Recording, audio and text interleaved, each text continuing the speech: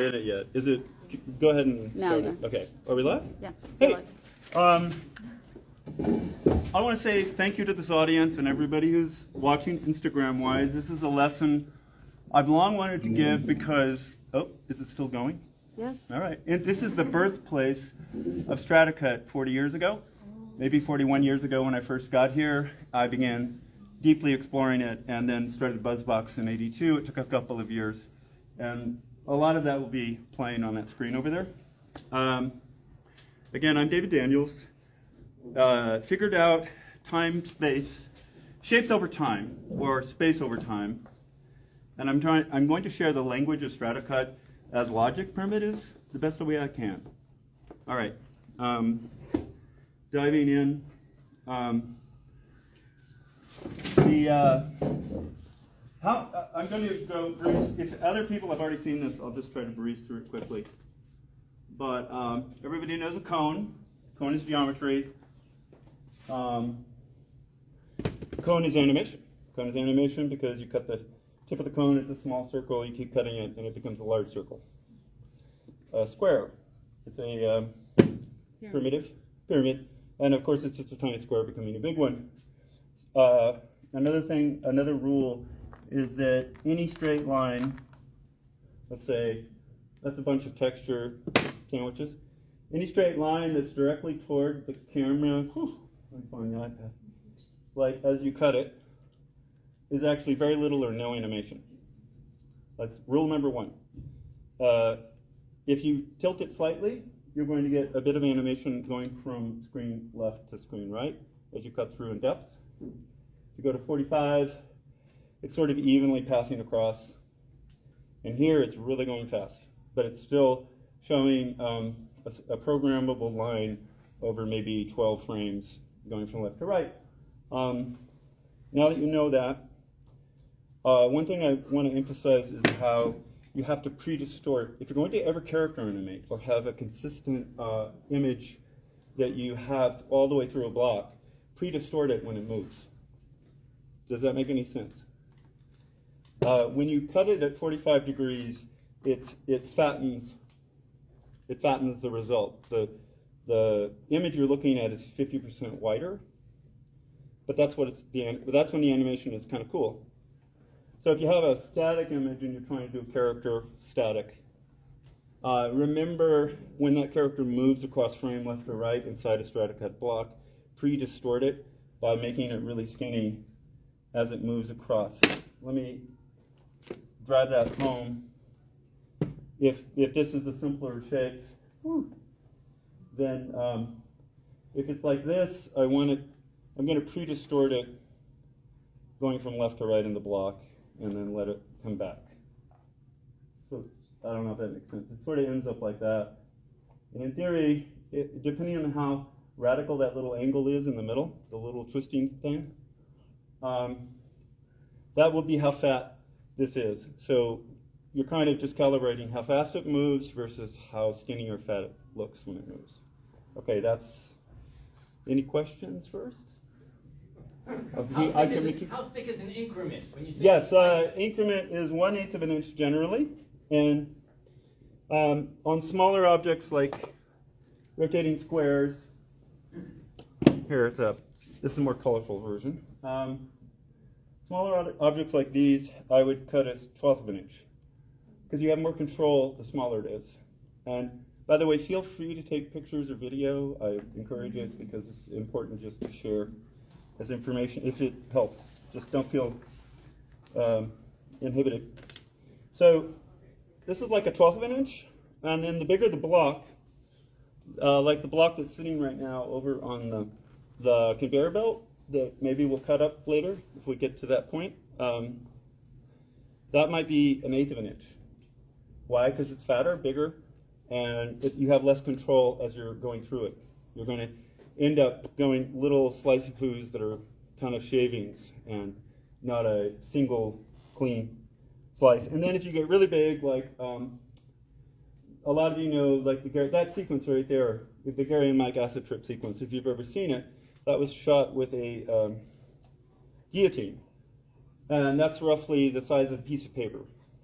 take a 9 and 11 sheet, that's roughly the size of what I was cutting, and that's beyond my human capacity, and even the machine, as it's going through it, is doing this sort of bending. Does that make sense? This is getting technical. Is this okay, though, to get into, or how do you feel? Yeah. Okay. Tell us more. Excellent. Is that Katie? Yeah. Awesome. I have a fun, where's the long knife? Oh, I'll get you another one. There's a couple. Oh, here it is, on top of Earth. Okay. Do look back at Instagram, and I will cut that up at some point, but this is the Earth that I demonstrated 5 days ago down in LA, which is a whole different complicated thing. When it's fun to bow the knife. So it's fine, actually, if someone was clever enough to bow this really a lot, to have a cutter blade that's concave convex, right? So it's an animating blade, just like this would be. So in future stratocuts, somebody go do that. Corrugated, very sharp corrugated shapes are possible.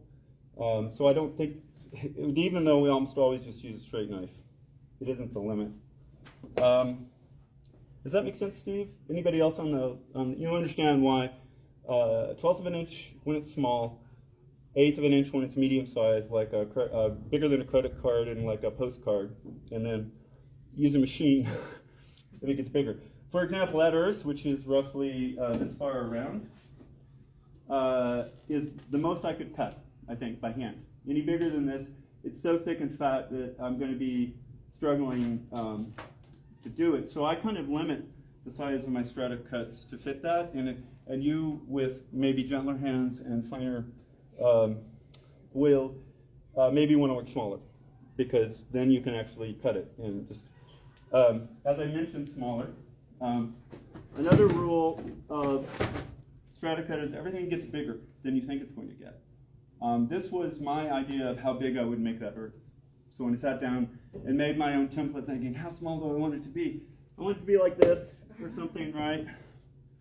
And I thought, all right, if I really work hard to simplify and extract it, and then after I cut it, I will stretch it out and reassemble it for meridian and latitude lines on a sort of S-curve. I'll hint at that.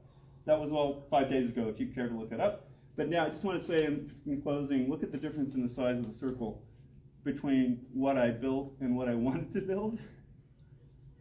Anybody who's worked in StrataCut almost agrees with me all the time that it always grows bigger. So just beware, when you start with the fine features of the eyes and the nose and any other character work, it's just going to go, it's heavy. It's hard to fight. All right. So I have a board of things I wanted to get through, and I'm going to, first I wanted to, I think I pass out textures. Yeah, and have them doing something. I want you, if you feel up to it, to take. You want me to do it? Yeah, I'll explain. But like each person take 2 of these and pass it to the next person. Or you both can work on it. I don't want you to feel like the oil will get on your clothes. So put your notebook down or work on your phone, and it won't matter. And yeah, you can, if someone wants to pass these out to other people. What I'm hoping everybody works on in a moment, once it's in everybody's hands, is... Only if they want to, right? Yeah, only if they want to. This isn't... It's not mandatory. Yeah, it's not mandatory in any way. It's just a way for you to feel the material, participate in crowdsourcing what's going to be the fur of, I hope, a demented or psychomorphic Cheshire cat. That's my goal. It's just enough to get half the people I can make. We're passing stuff out. And can you pay attention to the next things while you're passing that out? I'll keep going. We went over what a cone is as animation and a pyramid, right?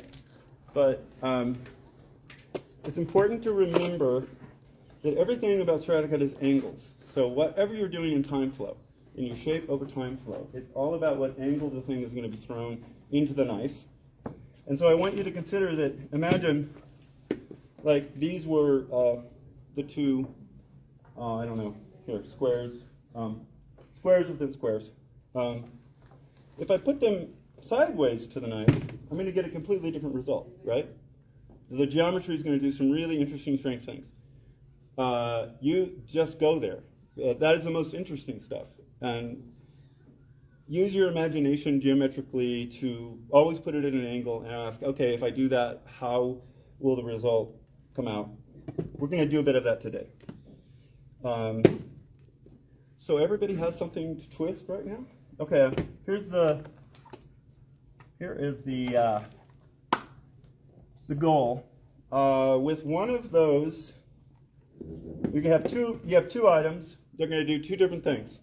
One of them I simply want you to twist, like a Tootsie Roll or not Tootsie Roll, a candy cane, of course. And you press your fingers in and rotate the clay around.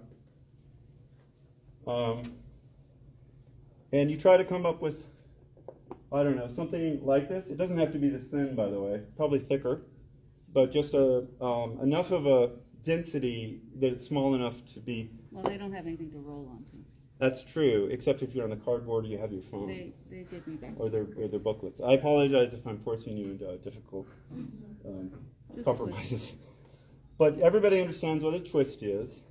And the second thing with the other crowdsourced texture sandwich is I want you to make a wave.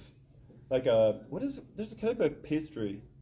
You know the pastry that does that? Candy. That candy. Yeah. It's a taffy candy where they build that wave into it.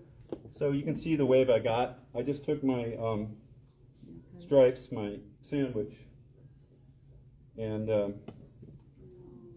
that's the sort of pattern underneath it. Put it a little closer. Oh, let's see, yeah. Because the Yeah. color. And what I'm trying to explain today, every day, all day, the Stratiped is more interesting when it's cut like that.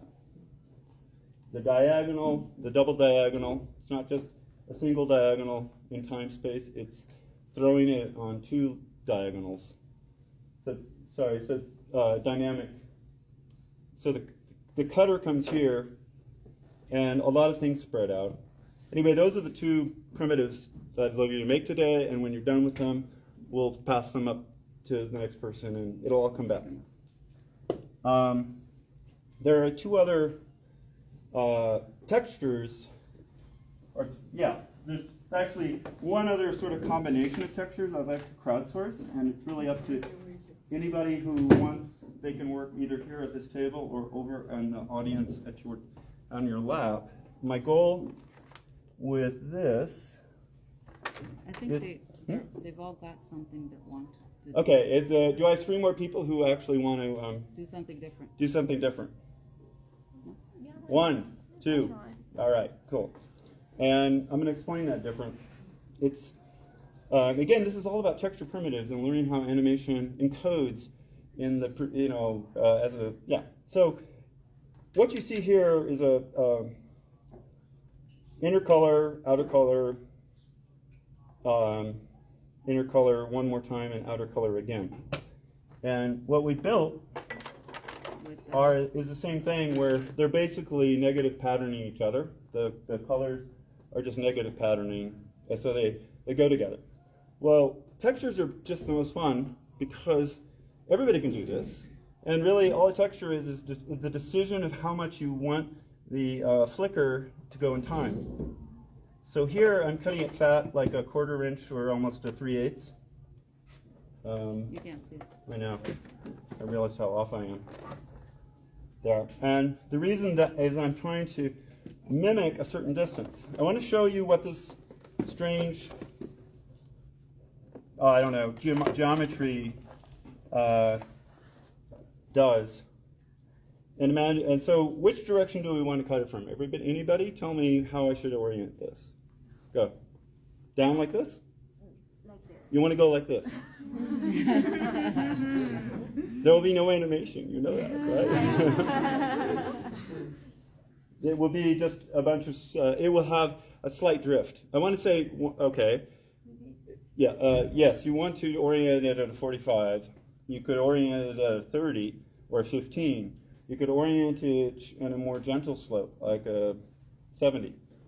Never 90 unless you may want a stable pattern that's just clicking off and on. This is going to have black and white clicking off and on, but exactly in the same position. So what I want to do is cut this up so you have a clue why this is such a shallow pattern. Here, this is the 70-degree angle. See that? And you're unlocking there's a fracture here, a fracture there, because there's 3 different of these items sitting there, but they all coherently go checkerboard off and on against each other as you cut through it, right? And I'll go one more slice just so it's crystal clear at a 70-degree angle like that. So anyway, a tremendous amount of, what was I calling it today? Plasma field animation results. But this effect I call, when you see it, if we're able to cut this up later, I would call it crawling crabs or something, because the little feelers go in front, almost like an animated creature, like a crustacean or something. And because you're going forward in time and back and across it, you're getting really interesting effects where this side flows backwards to the front side, and your eye catches it. However, let's go 50 degrees, or no, it's 45 degrees, and cut it symmetrically, like it's, let's see, and it's like that. And that's like a little creature once it starts to crawl across the screen. Awesome. I'm going to try to get that from what you're building right now. Just give me those 2, and I'll start cutting them for you. Oh, I don't need to cut. That was just a demo. Oh, these blue ones. Yeah. Right, I'm sorry. Yes, of course. So now my question is, how fat should these be? How fat should we cut them? The reason it's an issue is they're smaller than the big fat ones. And in a way, they're going to go by in more of a blur. If I cut them at a 45, they're going to go like a buzzsaw because they're smaller. So I'll go ahead and do a 45. But I want you to see how there isn't that much information in it like it was in the other one, right? See how simple that is? Because it's just smaller. And so the same quarter-inch, the same quarter-inch theory that worked on this, right? You see the approximate distance on that. I'm going to go 8 centimeters to try to be European, because it's tough in inches all the time. And it may be that you want to cut it up fatter, and what you get then is almost a super simple thing. It's almost better, because then it's just becoming something interesting again. It's like you've taken the scale of it and designed the cut of it to fit the nature of the pattern you're getting. I hope that makes sense. All right. Anyway, that's coming. I think that's the right way to do it. I mean, I look at this now, I'll add that one in too. So yeah, let's do 3/8 of an inch. Yeah, 3/8 of an inch. That shouldn't be difficult. Thank you. Next, here, let me get these. Can I ask in a general sense? Are you following me? And does this make sense generally? And, okay. Is there somebody who wants slower, or people who just want to keep going faster? All right. I only do that because sometimes, I'm going to put this back together and maybe try to cut it inside the actual, what we're building today. I'm trying to rip through a lot of textures just to begin with. You saw what that did with crawling crabs. Now the question is, can someone cut this up the same way? Can somebody out there take a knife and cut this up at 1/4 of an inch? Notice I cut toward my fingers, and that's mostly just because I have control, but you have to learn not to press hard when you get to the bottom. You could do it better than this, but it gets it done. You could do it safer. So I want to put these two like this, right? Much like the crawling crabs I just showed you. My goal is to keep cutting them and then to create an every other stack going up. Does anybody want to finish it? Raise your hand. Awesome. All right. First dibs. All right. And The other, I'm going to talk about those other two textures because we want to get through the primitives really fast. This texture is a kind of snaky thing, and I find when you put it at a sort of an angle, a very steep angle, this would be like, I don't know. I don't know which way the compass is, so anyway, it's a very steep angle. You can tell it's not a 45, it's much closer to it's not parallel, but it's not like that, but it's a radical angle. All right, here I go. And when I cut them apart, I get this beautiful outflow, and this other piece that sort of comes in and starts it's a very gorgeous cycle it begins, and it's not difficult to do. Does it make sense? And that's what I'm hoping your little guys that you're making do. Another way to use this is to get a little more energy out of it than what, that was flow, that was like gorgeous. But if you want energy, Show it on the. oh yeah, right. Sorry guys. There it is. If you want energy, I'm cutting them thinner, and then I'm stacking them on each other. So I hope you can understand that this is another level of diagonal I've just made on a thinner bunch of texture. I'm going to do one more. It'll be a little clearer.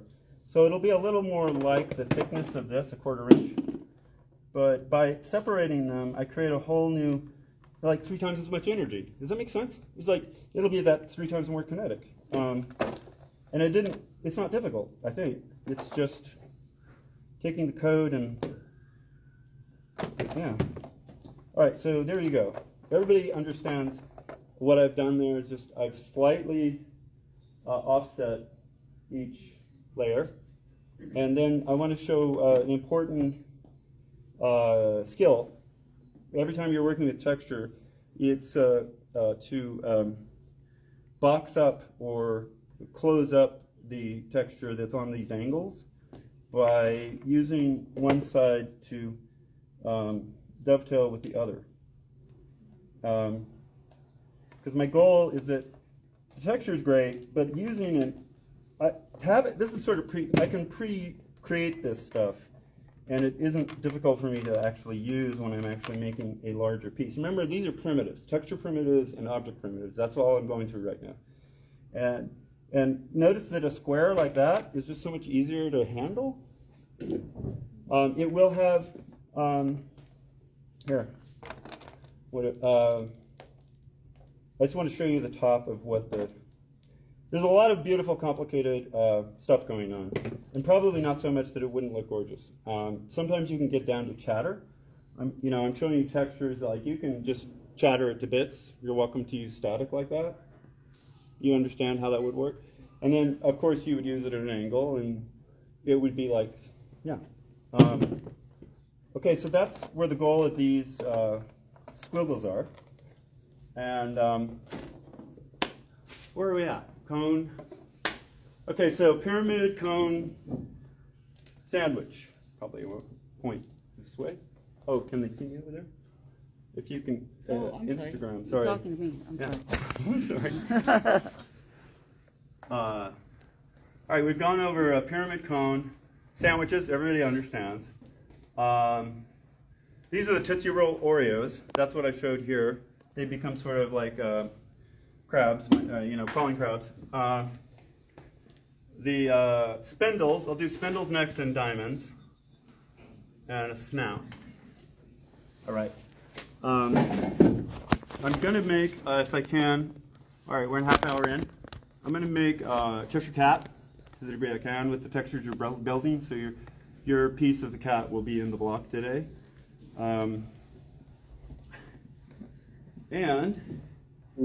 what I'm showing you is a bunch of, I hope you can see this in type, is a bunch of circles that have just been, all I did was roll a bunch of circles with outer Tootsie Rolls and join them together with sort of negative space, some red to glue it all together, right? See how that works? My goal with this texture today is to make both, this is going to be the ears and the nose.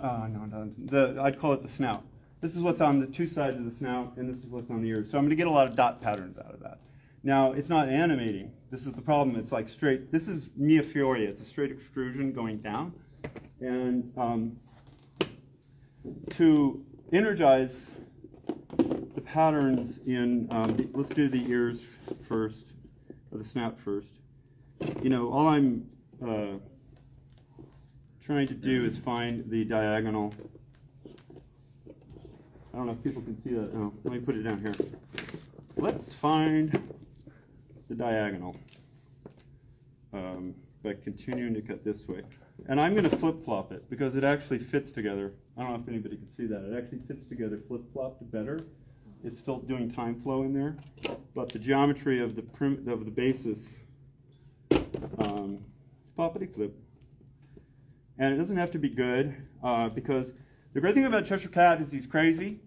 He's out there. So in Stratocut, it will be the perfect content. I'm hoping. It'll forgive all the pieces that aren't. So that is a snout. You mean the nose? No, the nose is slightly separate. It's kind of silly, but You mean below the nose? I'm going to make an enormous amount of teeth, and a snout with the. There's three things: the snout, the nose, and the whiskers, and then onward into the eyes. So I think we should go forward into the eyes. If everybody's done with your thing, should we pick those up and bring them in? Everybody's pretty much done, right? Okay. And then, does anybody want to see the rotating cubes I have? Like, do you want to pass this around and you can actually examine it? Okay. You're welcome to do that. And thank you. And anybody who just wants to see the saran wrap version, you're welcome to take that and pass it around too. I keep it in the saran wrap because of this. I tried to expose so you can actually understand. They're all the same thing. Excellent. You're putting the crowdsourced in. So good. All right. How's your first week going?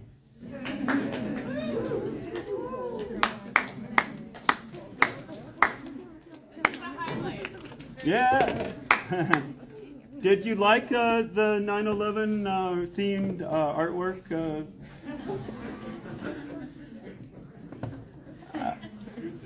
I'm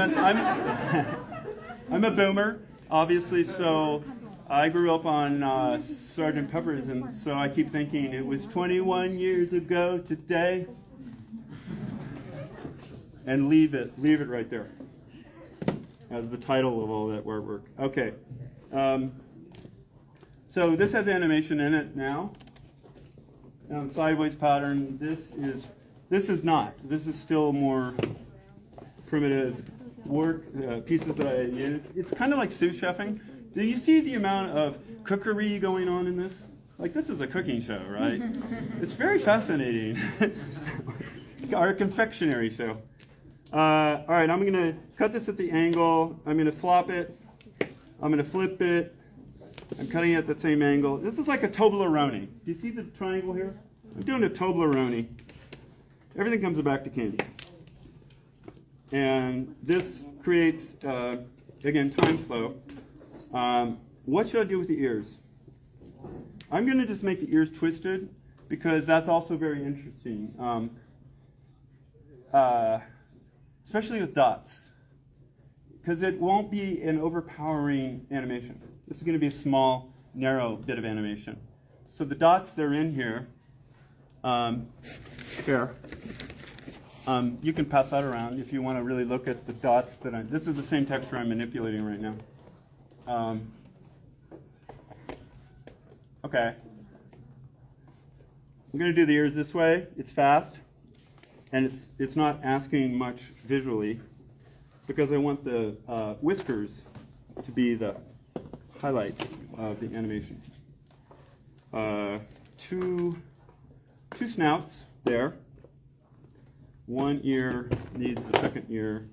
I'm twisting away. We've collected everything, or almost everything, right? Is it all back there? No, cool. This has really been a success, I hope, in that regard. I could also pass this around. These are this is general information. This is how you build a rotating globe. This is like a basketball spinning, or a, if you look at it there, it's actually a circle in its profile. But as you cut it through, the fat part widens and the edges go soft. You won't, or they thin out. You don't, that is what's going on in the globe. I'd say look at the Instagram from 5 days ago, and it's an amazing lesson as to how you build a complex, a really complex shape like that. This is all about primitives. So I return to making the ear. This is extrusion. I'm just using my hands to pinch it into a triangle.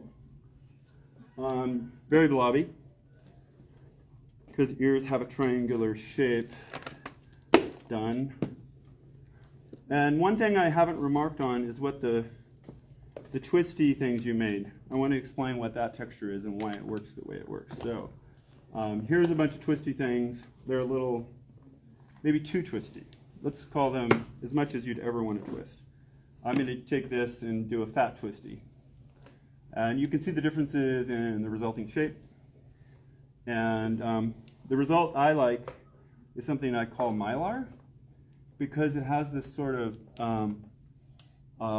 energy field of reflectivity when it's, yeah. That, though, on the TV there, well, that last clip is what's sitting on the cut-up table right now. It's an atom piece I did 6 years ago, which I still haven't sliced. Okay, so this is fat. This is the fat result of a twisty.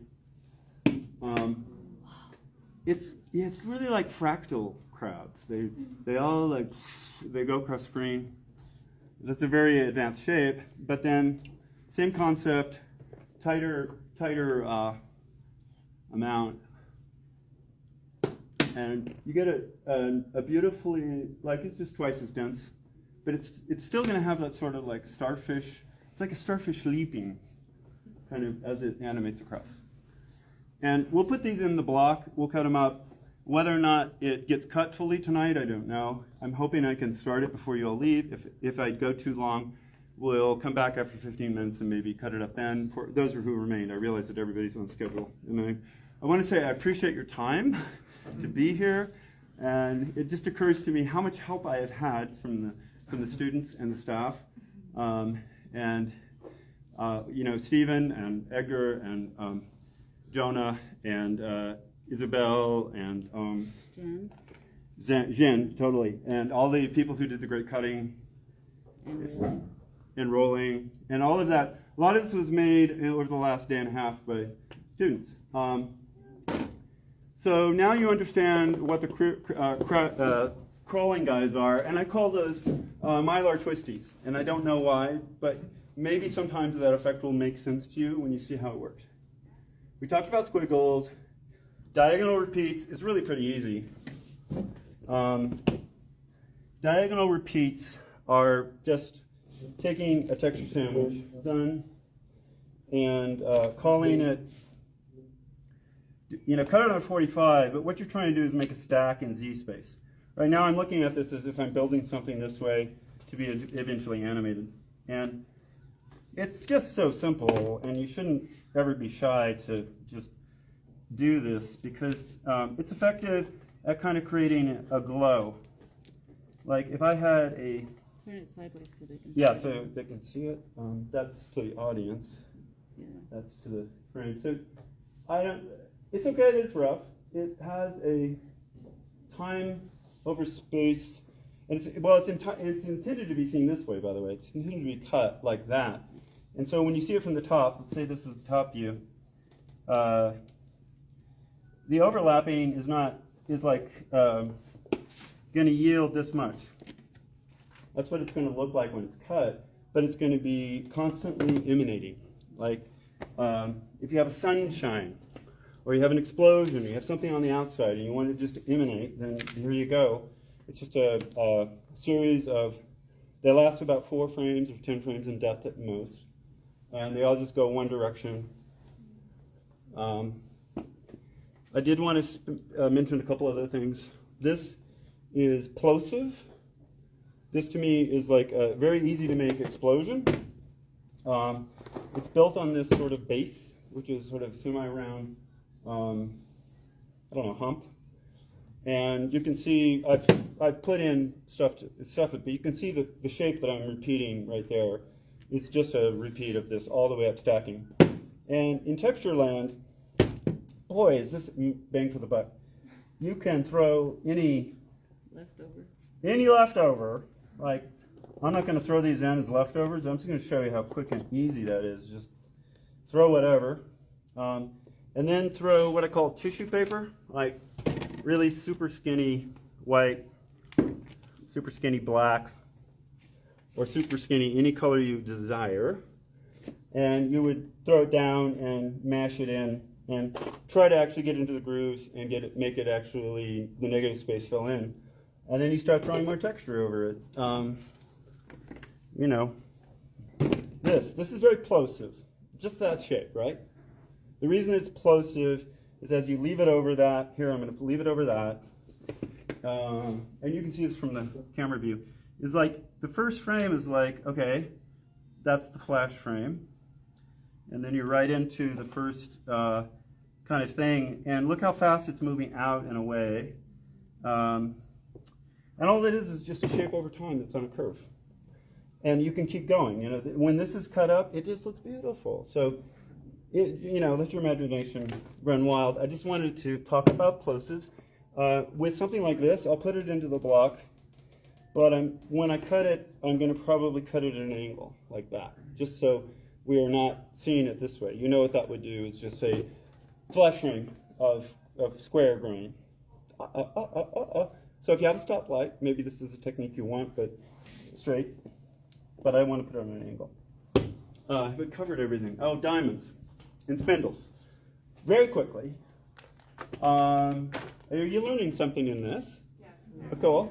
And mostly I'm not going too far. What? Question, yeah. Oh no, I just raised my thumb up. Oh. I agree with you. Oh, let's get the cigarette lighters out. I want to do spindles. Just 2 more.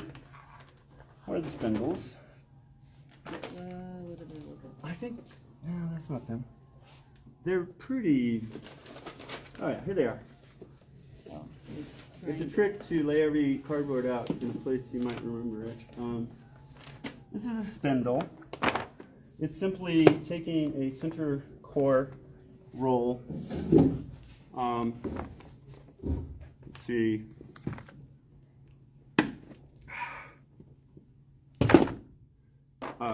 What do we want the center to look like? I will give it yellow instead of this. And one thing when you have like a fat ass, sorry, I shouldn't use it, but I'm trying to make it skinny as possible, fast as possible. So here I am cutting it 4 times, and since I don't want to roll it out, because it would be more work and my fingers would get tired there, I've just glued the 4 things together, and you do a quick little roly-poly trying to make sure that it has integrity. That's how anytime you cut clay in half or in half again, it gets easier to work with. So just, anytime it's cold or tough to work with, cut it and push it, get it warm. If it's still tough, cut it again. It's better to work with a bunch of things like this that you can work with rather than, sometimes clay is very, a lot of this is 20 years old, 30 years old clay. It's very irregular as to how hard it is, and the pigment changes it, and all these conditions change it. So back to spindles. A spindle is like a 5-star or 4-star shape. But you're starting with triangles. I'm starting with triangles, right, I should say that. These are triangles. They're easy to throw down, and let me make one. This is kind of like what I did when I was 5 years old, by the way. This is like the thing. This is, you know the story of Claytown? Or maybe you're surprised some of you. Oh. I've been animating, or not even animating, I've been working in clay since I was 5 years old. My sisters had a table with me two sisters, and we called it Claytown. My mother never put it away, and so every evening we would just make stuff, and it was the greatest childhood because it teaches you to manifest. Like clay is nothing. You can just push it around, it manifests. It can become the next thing and the next thing, and so it's teaching you that whatever you push for in life, you can actually make it. You can actually see it, and you repeat that in the mind, and I think it's a very healthy outcome because there is so much passivity and digital, I don't know, of dopamine hitting forms of software, and they're creative, etc. But the actual form factor, you know, the philosophy of the medium that you're using, this has a different philosophy. So I've just made a triangle. I'm just trying to show you that's how these were made. I made a little circle. It's the pivot of the spindle, like the hub axis. I'm going to try to put 4 of these, which is not going to be easy because I'm doing it fast. But I wanted to show this, and I'm going to put it in the texture loaf somewhere so you can remember, oh, I saw him make it. Oh, that's what it does. That's the whole point of trying to show you these, and then bring it to a boil with a character in a limited amount of time. Are you making a 4-point star? This is a 4-point star, yes, because I'm too, you know, a 5 would just be a mess and wouldn't educate anymore. You could do a 3-point star. It's just a spindle, and it's just an idea. And the reason it's an interesting idea, like any other shape, is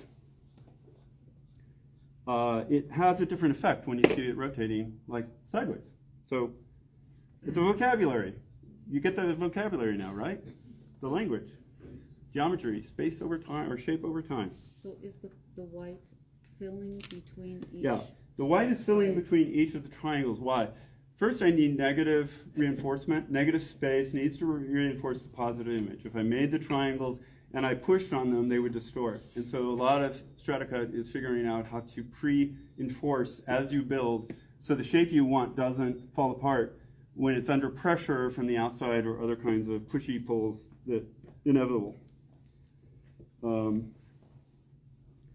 right. So the spindle is ultimately ends up like this. It's just 4 triangles, and they're pretty dense. So the only thing you can really see is the white around it. But have no fear when I twist it, so I'm going to do that right now. Whack-a-da-whack-a-da-whack-a-da-whack. Candy cane. You're going to now see when it's cut at an angle that it has this really kind of fascinating, I don't know, the geometry is fascinating, as any geometry can be with this stuff. So that, it's going to have sort of a more, like this kind of a bear claw, but it will be just cycling crazy. So everybody has that, right? I've covered everything. Diamonds, let's get to that fast so I can build the Cheshire. These are plosives. This also I'm going to pass this around. I did some cuts in here, but this is a rotating 0. And it's buried in here. And for the sacrifice of education, I just wanted you to be able to like hold it and look inside and see the 0. I briefly wrote it out, like, you see the rotating 0 at the back? That's what this is trying to tell you. And you understand how the box is rotated, and I've done the explosives. Okay, so pass this around, and you're welcome just to sort of open it up and see, how did it get from, you know, I'm making a 3-dimensional rotating letter. All right, I'm going to finish this last one because I made it. When I was 5 years old, I also learned this thing, which is how to roll evenly. This may look simple, but it isn't. After you do it for a couple of days and you get subconscious about it, you'll do it really well. But making that happen in 10 seconds is going to be interesting the first time for most people who haven't handled clay. Don't fear. All right, I've got this other spindle. Now, another thing I want you to think about, okay, every motion I'm making is determinative of an outcome. So I can make all kinds of different decisions right now, and I'm not doing that. I'm making the first one rotate the same way as the second one. But I want you to think consciously that what if I had done it that way?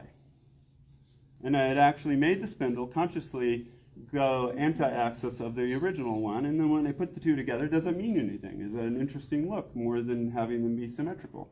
So you know, like the northern hemisphere swirls down the drain one way, maybe, and the southern hemisphere supposedly the kukul. No, it starts with C. The effect. Coriolis. Thanks. Shout out. Okay, so I've made them opposites. So this is interesting. We're going to find out what that looks like. The other thing I'm going to do is put them, of course, at an angle.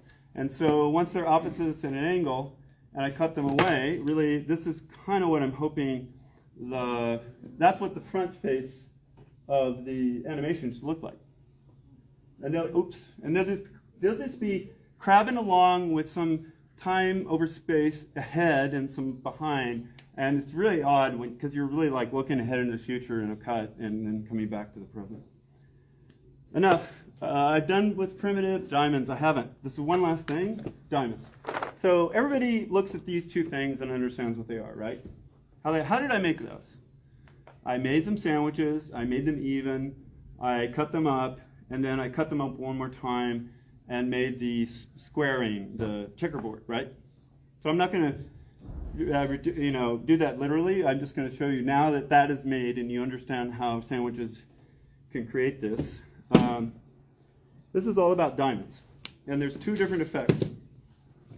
One is simply to take this and put it on an angle. And it's a complex angle. This is not just this angle. It's not just that angle. I want it to be sitting up on the hind haunches of one corner with both sides tipping in different ways. So it's a three-dimensional tip. And then I'm simply going to say, this is the horizon line of the knife I anticipate this texture to be seen from.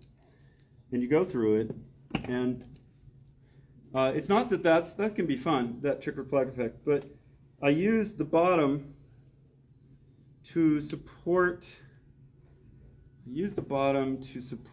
the top. Eventually they will dovetail correctly. So I'm going to use this and put it on the other side. First I'm going to use this and put it on this side, and that helps. See how that helps stabilize the back?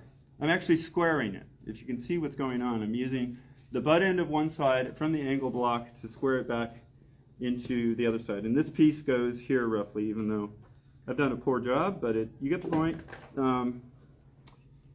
Which way? All right. Now, it's because I haven't done this side. So I still have to, did I do that side? Yes, I did.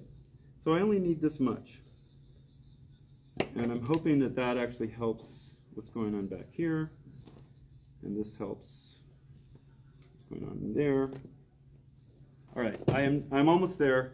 I need to make two more cuts.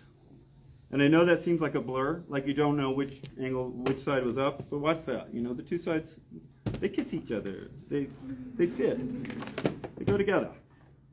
And then lastly, I've squared the box, and now I have a texture that is not unwieldy. It's not difficult to handle. It sits there, and I say, hey, I want to put it into my animation. Done. Okay, I've got my sous chefing done. One last thing on this, and then on to him, her, it, they, the Cheshire. So I'm cutting this like an equidistant amount to make them cubes. So you see the amount of distance between these. I'm just trying to make the same kind of distance on the knife a second time. And keep the order that you make it clear. And the simple trick here is to just alternate the black and whites, the corners. Try to put the corners of the black and whites in different places. I'm not achieving that yet. So there, no. So that's ordinary, and that's interesting. It could be that I needed one more slice to get the alternation. Okay, well, yeah. Let's try that. All right. This is almost good. So you see how the black and the whites are on an alternating pattern. They're not okay. Sometimes. Done fast. Fast, cheap, dirty, or good. Pick 1 or 2 or 3 or whatever. And this is fast. This is not the best. So all I'm trying to make is a plausible. Some of these feel like they're lining. I try to misalign them. Even with the fast cutting, I would still try to by hand say, all right, how can I misalign them? Because the whole goal here is just to make a sort of checkerboard. I don't know. Alternating, yeah, it's electric. It's like amazing. So here I've made a box within a box. It's no longer this pattern, right? Everybody understands how I got from this pattern to this one just by cutting it. And then I'm going to rebox it on the edge. Let's see if it works. Okay. And here. And here. This goes here. And this goes here. And it's reboxed. It's a square again. Woo! Now you see it's chatter. I just want to point this out. This will be like a diamond effect, where things are appearing and disappearing like a bunch of diamonds, and they're sort of flowing and cross-cutting against each other. Put them there so they could see them. Oh yeah. Thank you. A diamond effect. This is a denser diamond, and this is a fatter diamond because I chose to box this up a lot tighter than this one. And that's it. These are diamond effects. You can do a lot with them. I just began. All right, let's do one last diamond effect. This is like, I think it's super cool if you're doing film graphics or you're doing any kind of draw attention to the screen, people. Or here's an effect I want you to look now there, is use the length of the thing as the, so I'm doing the simplest, this is the simplest box, and I should have probably done it first, right? So you see, I didn't have to do a lot to get it.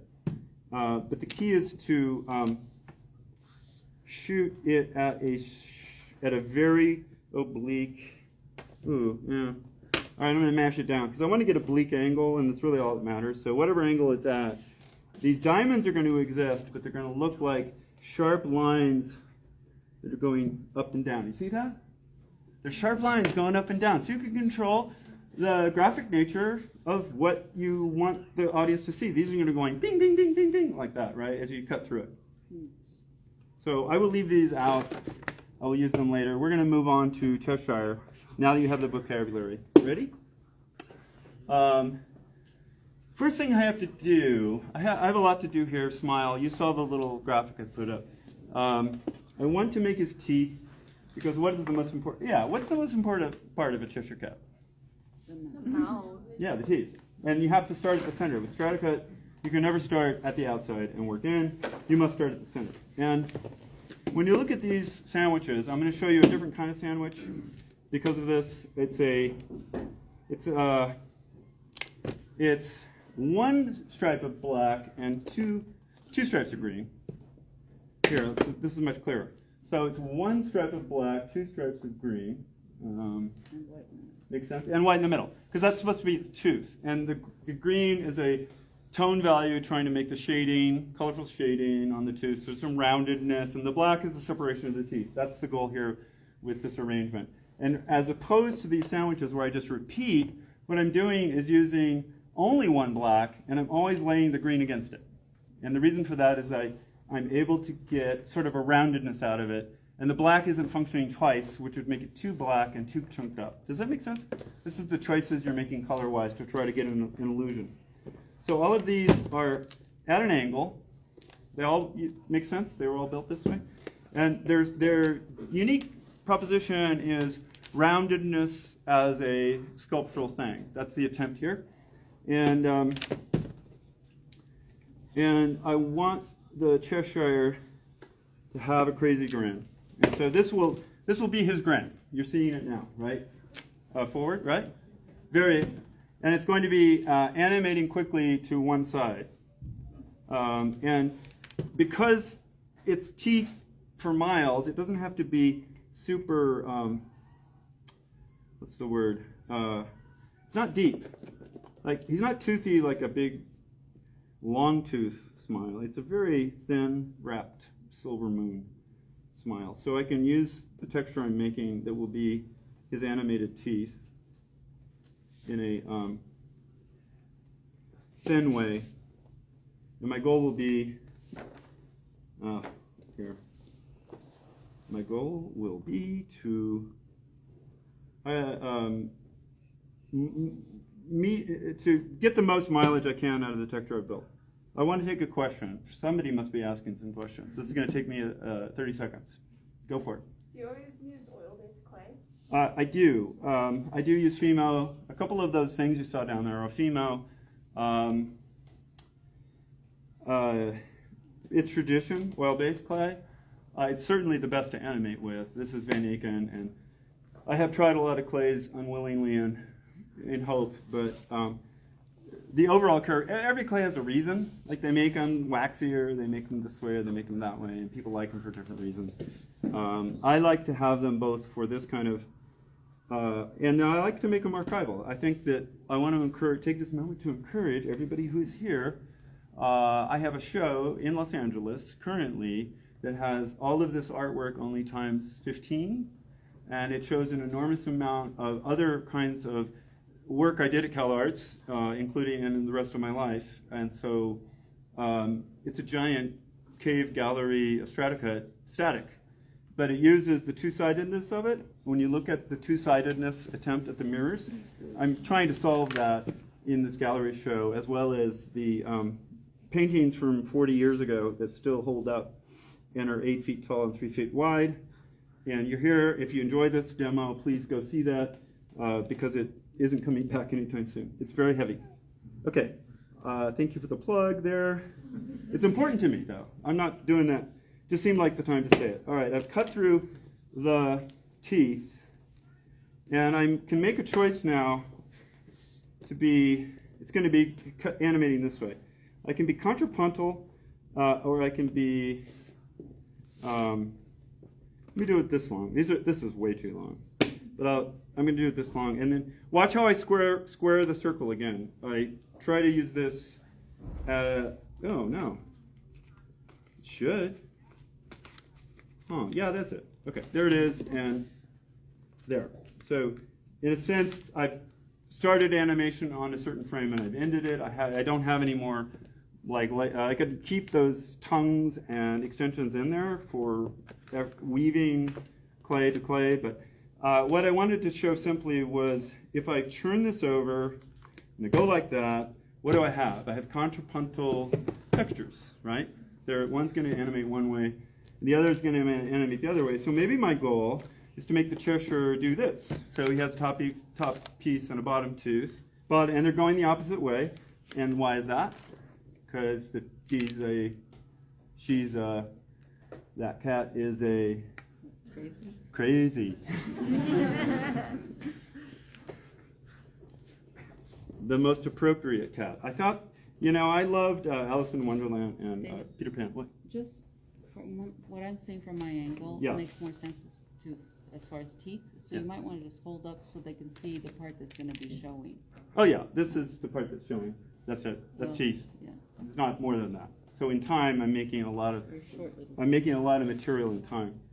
And I'm making it, I want to show you that it's this long, but I wanted to use it twice now. I'm going to use this material and double it, and it's going to be a fairly simple geometric cut. What I do is take, these are fatter, kind of fatter than I need, and they do the trick, but what I'm going to do is cut the edge and sort of make a 45 across this very narrow strip, and then I'm going to flip them to reuse them on the opposite teeth. And that makes the fatness of the smile. And these fat parts are going to be in the middle, and I just have to line them up. So I've doubled the amount of teeth I have, and I've allowed the crease corners to be there, which are going to be the happy part of the Cheshire. And I wonder why Cheshire was chosen to name the crazy cat after. I'm sure. It's an Alice in Wonderland legend or something. Maybe people in Cheshire are crazy. Maybe they made hats and they had lead poisoning, and so the Mad Hatter story dovetails. Because that is kind of who Alice, I mean, that's the Johnny Depp version of the Mad Hatter. Is he had a bunch of industrial waste from making finery. Okay, so here is the, now, you think I have a bunch of fillet teeth, and I do, but I'm going to jump them. How do I jump them? I jump them this way. Yes, I'm going to jump them this way. I'm going to bring this back in rhythm, and I'm going to jump this way and bring it back in rhythm. What I'm trying to do is get the same directional flow of the teeth, even in the middle where they join. So now I've made the big fat wide grin, and this is going to also go like that. No, that didn't help. That was dramatic and stupid. Yeah. Was that right? Yeah. No, that's No. there, finally. Yes, it flows. It's simple. But again, I'm using the other half from each block, and I'm trying to make two different things. Quickly, I want to make some tongue, which You've got some pink right over there. I do. It's good. Yes, this. And right now, these are really unwieldy, so guess what I'm going to do? I'm going to use some tissue paper black. Let me make them the same size. Yeah, tissue paper black. And my goal here is at least to get the two pieces to say, hey, we're together. And the roughness that I'm not fixing. You know, if I were to do this in a real cut, I would spend twice as 3 times doing detail, which I'm not. One more? Yeah. And let them know that you're using a pasta maker to make. Right, that's a good point. I wanted to make a note. Colum pointed out that this pasta maker is actually half of how I get this so thin. So it's a very simple device. You put in a roughly, semi-fat thing. You go in and and it gets there. And so that's how these were made. Okay, they're kind of glued. I want to make some tongue. I have these things, I have those things, give me some. And I am reusing red because you already understand that a square is just a pyramid growing in straticut. You don't need that anymore. Even doing things roughly, that's partly why I choose the Cheshire Cat, because being rough isn't going to ruin the design, because I have to do this really quickly. Also, the crowdsourcing is going to make it very irregular, but I kind of like that with this guy. So you can choose the content to fit the technical ability or the nature of your, objective. I am making tongue, which doesn't have to be big, but simply I want to get a highlight in it. So all this effort is just sort of Mona Lisa the tongue, or Mad Magazine, probably the tongue with a little bit of highlight on the inside of it. So there, highlight, and maybe a spot, a specular over on one of the other sides. So there, this is how I program the render engine of plasticine. Specular highlight over here, sir. So, Yeah. Can I ask a question? Yeah. So as I understand it, as you're animating through, Yeah. the tongue's going to come out for a little bit and then disappear again. Correct. Yes, he's going to wag. I mean, ideally going to try to make it wag, and that's going to be. I have to say, I'm very ambitious. I apologize. I'm doing things some things I know very well, and other things I'm just keeping myself interested by trying things I've never done. So, they will. The point is, we're educating by trying, and we will look at the result and make an analysis of what worked and didn't work, and that's why I'm explaining as much as I can, because it's more fun to sort of go out on the ledge to see that it comes back as you imagine, than to repeat what you know the outcome will be. To experiment. To experiment, yes. There's a vital joy to, this is sort of a very structured improvisation, as you can see, right? I've got all these materials around me in a cockpit. I have a plan. I have a lot of shape designs that I already have noted that I will be making, time permitting. I'm going to finish this tongue. Really, all I wanted to get was a highlight, which I think I have now. And I put black on black. It was a mistake. The oil will touch itself and not be amiable to repair. But here I go. I'm simply going to make it a roll-up. You call this a very complicated pigs in a blanket or a taco. The ingredients you saw go in. And one side is going to be a tongue, the other side is going to be a tongue, so I'm just extruding it so it gets really small, and that way it will look more like a highlight instead of a big, it's there to be a touch. It's not there to be center stage. And I've got two hemispheres. Tongues have a nice line down the middle. It helps you define them when you do your designs, and Rolling Stone style, I guess, when I think of those famous things. Oh, this is really more goofy. I mean, we all know the Cheshire Cat design from Disney, and so he always has his tongue sticking out, and it's wagging back and forth. So in honor, here I am at the Disney School, 40 years later. I'm making a tongue.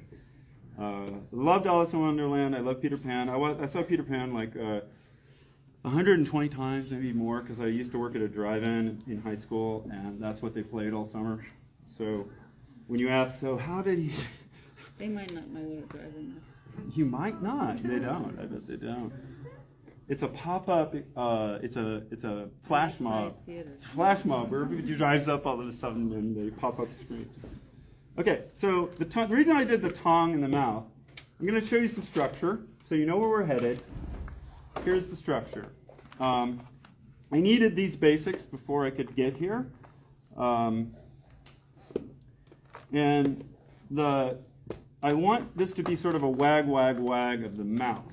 So I'm going to put this mouth down like that. This is a support.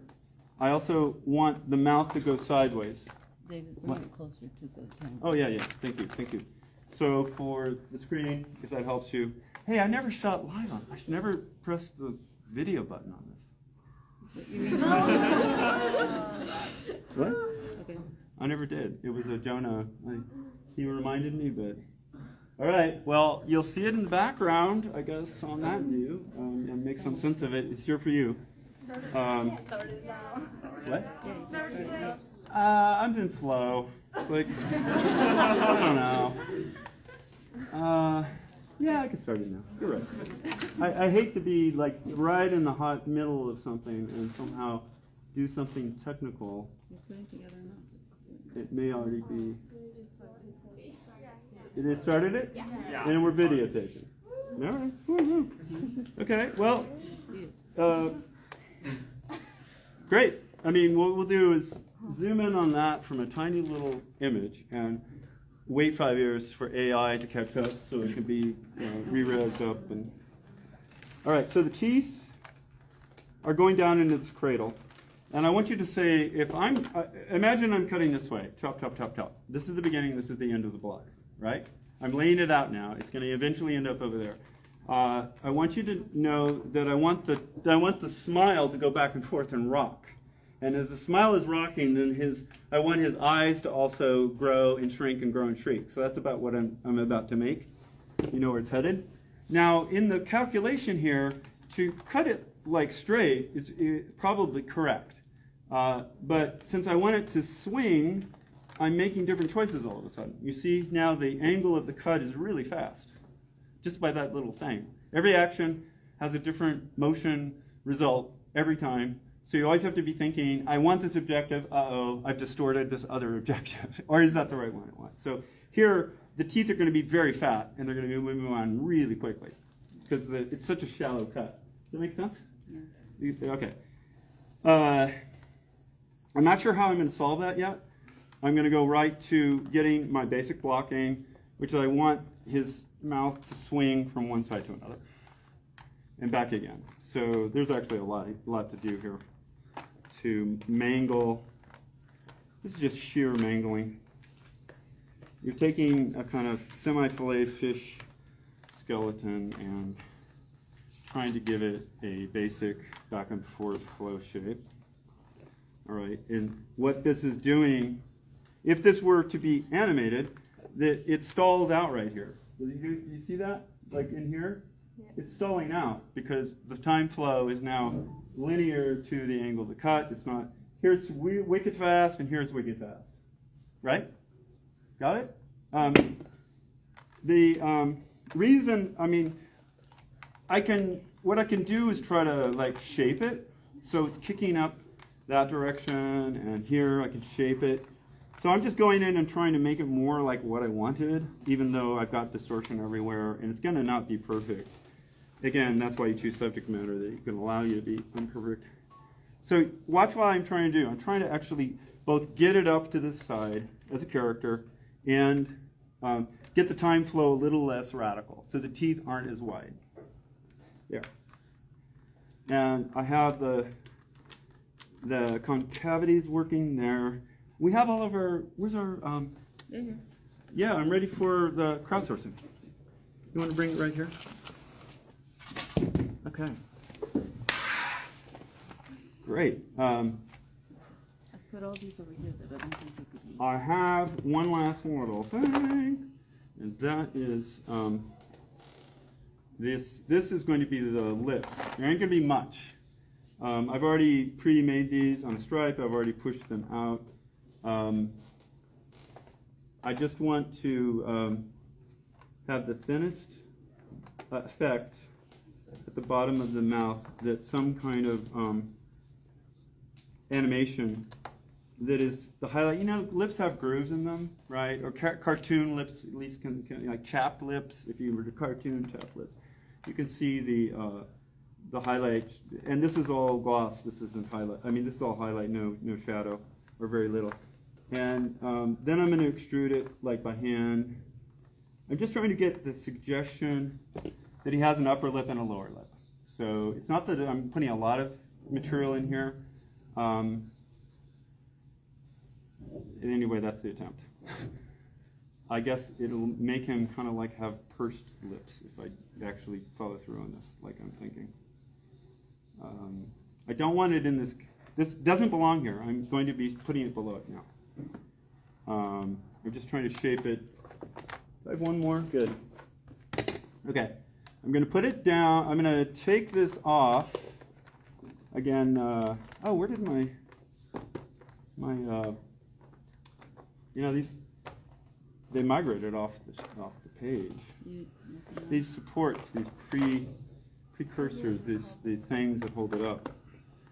So then I'm going to put this down, thinking it goes like that, and then this goes down. Doesn't this look like a mess? It is. And hopefully you'll see whether or not it's forgiving, or whether the mess caught up to it. All right. Now I want the tongue. I'll move it closer to you. So. Yeah, so people can see. Where did I put the tongue material? Probably sitting right here. Yeah. Oh, no, that's that. That's it. Yeah, that's it. I want the tongue to be on opposite sides each time. So I'm going to have it go opposite of the time flow of the top of the mouth. And I want to cut through this magenta that's used as the negative base, which allows it to support this smile that I'm just trying to get a smile to begin here. Okay, so that's the tongue. And my hope is that I can stick it in there and it will wag. After I get it in, I can wag. And we'll see how that goes. Like that, yeah. We're at time. What are we at, people? Is this 90 minutes already, or where am I at? 5:18. 5:18? Yeah. Okay, just an hour then, since we all started getting going. I will keep ripping through this unless there's a general call for a break, until I need a break. And currently, I just want to. If I have something in my head, it's better to just get it done before I go out. So that is the tongue embedded. I'm going to lay down some more tissue paper black. Yeah, thank you. There we go. This is super literal. You know, it's a cartoon. The black helps the sort of crazy, it brings coherence to the craziness of everything else. It's a, you know, it's like Indian Oaxacan pottery and designs that are childish can have, you know, Halloween. It's Halloween inspired for me. Okay, crazy colors. The tongue is wagging the opposite way. And remember, I have a top mouth. Haven't put it in yet. Where are you? Top mouth. Okay. It has this tiniest bit of sort of black thin goo. And I have to sort of mirror the thing I just made at the bottom and try to carve it in there like that. And it's going, in theory, the opposite direction. So it's actually too slow now. Jesus, how will I compensate? And then it speeds up horribly in the middle, and it goes too slow at the end. So you see the opposite effect of the way the teeth are laid in as far as the result of how the time flow goes. And in the middle here, it's the opposite of the other one, and therefore this is the part that's active, and underneath it's static. And here, this is the top part's static, and the bottom is active. And that's simply because I flopped them. One diagonal going one way, the other going the other, and then I'm putting this crazy curve on it, trying to make a Cheshire out of it. I'm going to leave it there. I'm going to get to the eyes. Okay, eyes are really interesting. People who've seen this before know I like to put a highlight in the eyes. Where do I put this for now? Here. Do I want these? Yes, for later. Oh, no, I do want those for the eyes. Okay. Right. Yeah, that's what these are. All right. And there were some pupil. Don't worry. Pupils. I'll yell if I need it. Black. It's basically I need pigs in a blanket black. Yeah, I've already made pupils and I've lost them. You got some. Here's some. All right. This is a pupil. It is big, it shrinks, it's big, it shrinks. I've already put one of these inside of this. What I'm trying to do is create two eyes that are contrapuntal. One is growing, one is shrinking. So I'm trying to build two Cheshire Cat eyes, shrink, grow. And when I take these sandwiches, I'm using them like with tails that thin them out. And I use the thin part of the tail at the center of the iris. And as I go out, I'm trying to make it as fat as possible. And then I want to go as thin as possible. And I just do that by pinching. I'm going to make it fatter just by laying this one over that same area. What I'm making is a radius spinning. When this is laid down like that on a circle, it's a radius line spinning as it goes down, right? It's like it's all radiating out from the center. So here I go. So I'm going to make that fat. You can see that's an eye with the iris sort of right now, right? The center of it has a highlight. That's all going to be spinning crazy like. It goes big, it goes small. Here I am building the second one. So the cat has two eyes that are contrapuntal. One grows, one shrinks. That's, by the way, that on screen there is an atom that's spinning, and again, I mentioned it already, but it's sitting up there if you actually want to look at that.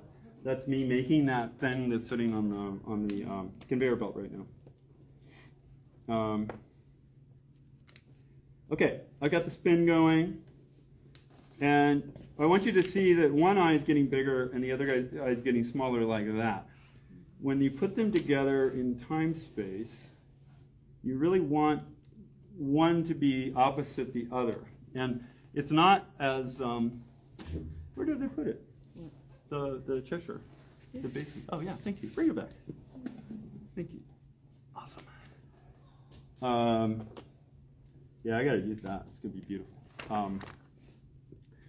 I imagine that the eye would be, this is like too fast. Like I have it growing and shrinking too fast for the solution. Bring it closer to you so we can see it. Yes, too fast. Too fast for the solution of writing. I have a left, right, in the smile, going like this, back, forth, right? And the eyes, if I want them to actually fit the morphology of the face properly, I would want it to be like big here, small here, and big. So I'm going to go ahead and shrink these even more. Part of why I'm going to get away with that is I'm going to add a lot of stuff around it. So I think it'll still sort of... How many Yeah. seconds of animation is this?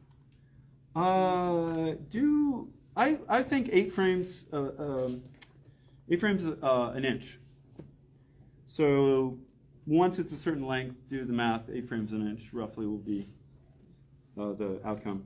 I'm going to do one more pigs in a blanket. Watch carefully, it goes fast. So I'd like to do the outer highlight. I'm just adding more. Oh, here it is. So this is like a, see these colors I've added? This is the highlight, this is the black. I've got a little dot going there, and I'm just going to roll it up. And so the black comes all the way around, and in theory, you want it to wrap so the highlight is actually completely encased, enclosed inside that. All right.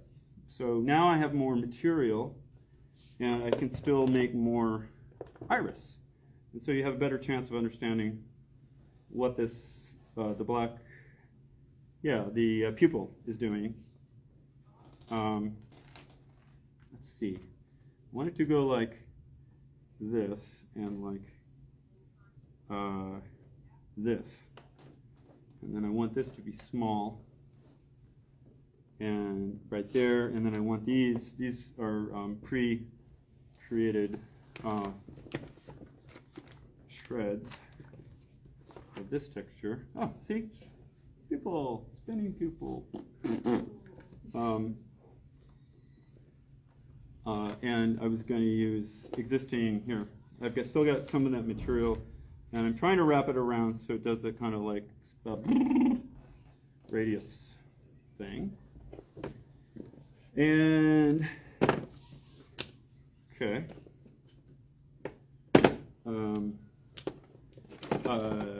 Quickly, I'm just making a bunch of material by compressing the same 3 things. And even if it's not right, it is a crazy cat, and that's what's going to, as long as it has something just needs to be in the center for what's coming. There's a second effect I'm about to do that I'm hoping makes it weirdly cool. All right. So the goal here was to have it fat where it's not, and then thin. That's fat. It's going to be coming in and out. So wacky cat. All right. So next, I want you to look at these. My idea is that these are the yellow outside of the cat's iris. So you're watching me draw. I'm going to compress. Okay, so that radius thing you just saw is like this. It spindles out. I'm going to actually flatten it, and it's going to compress like this, spindle out in a really oblong way. And then I'm going to add to that oblong 2 like edges of yellow with white dots flowing up around the yellow. Because I'm trying to make a weird cat. So it's cat eyes. I'm going to cat eye these, but I need these extra. So these shapes are just yellow with this tiny bit of pigs in a blanket, black and white, like that, right? And that's going to make a bubble, if you will, like an animating bubble on these. So let me go back to, so I'm going to make a rounded eye in net effect. It's going to be a rounded eye. So here I am making these into like footballs. They're becoming almonds. They're becoming non-cylindrical. I'm actually compressing them. I want them to go up and down like a cat eye. I'm going to go ahead and flip it. Why? Because I can get the compression on the other side to extrude it so it pinches, and therefore it's kind of super elongated. Same thing with this. And they're not exactly in the right spot, but this is the cradle in which they rest. And I'm going to flip this. And I already know that the sequence isn't ideally in contrapuntal, but it will be fun. It will be slippery and not completely on cue. Again, it's not that that's a problem, it's just I'm noting it as a deviation from my original goal and saying, oh yeah, and that'll happen. Okay, now that we've made that interior iris, I'm going to take these effects and pull them in. These effects are animated white blobs going up inside a yellow, like the whites of our eyes, these are yellow in the cat, okay? And these are just bubbles flowing like blah, blah, blah, on the side of it. And that's ultimately how I want to finish the entire eyeball. Now I have to make choices, like again, I could do it this way or that way, and they may have different, oh, they flow the same way. Here. So there you go. And that is sort of going to be the cat eye, distorting what's in the middle and shrinking down. So I'm just going to build that as quickly as I can using these sort of ready-mades I have. Same idea.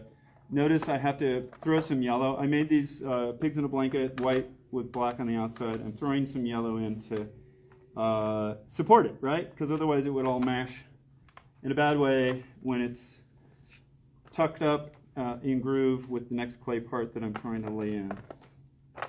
So these are just chopped yellow slices, and I am throwing them in to keep the shape correct.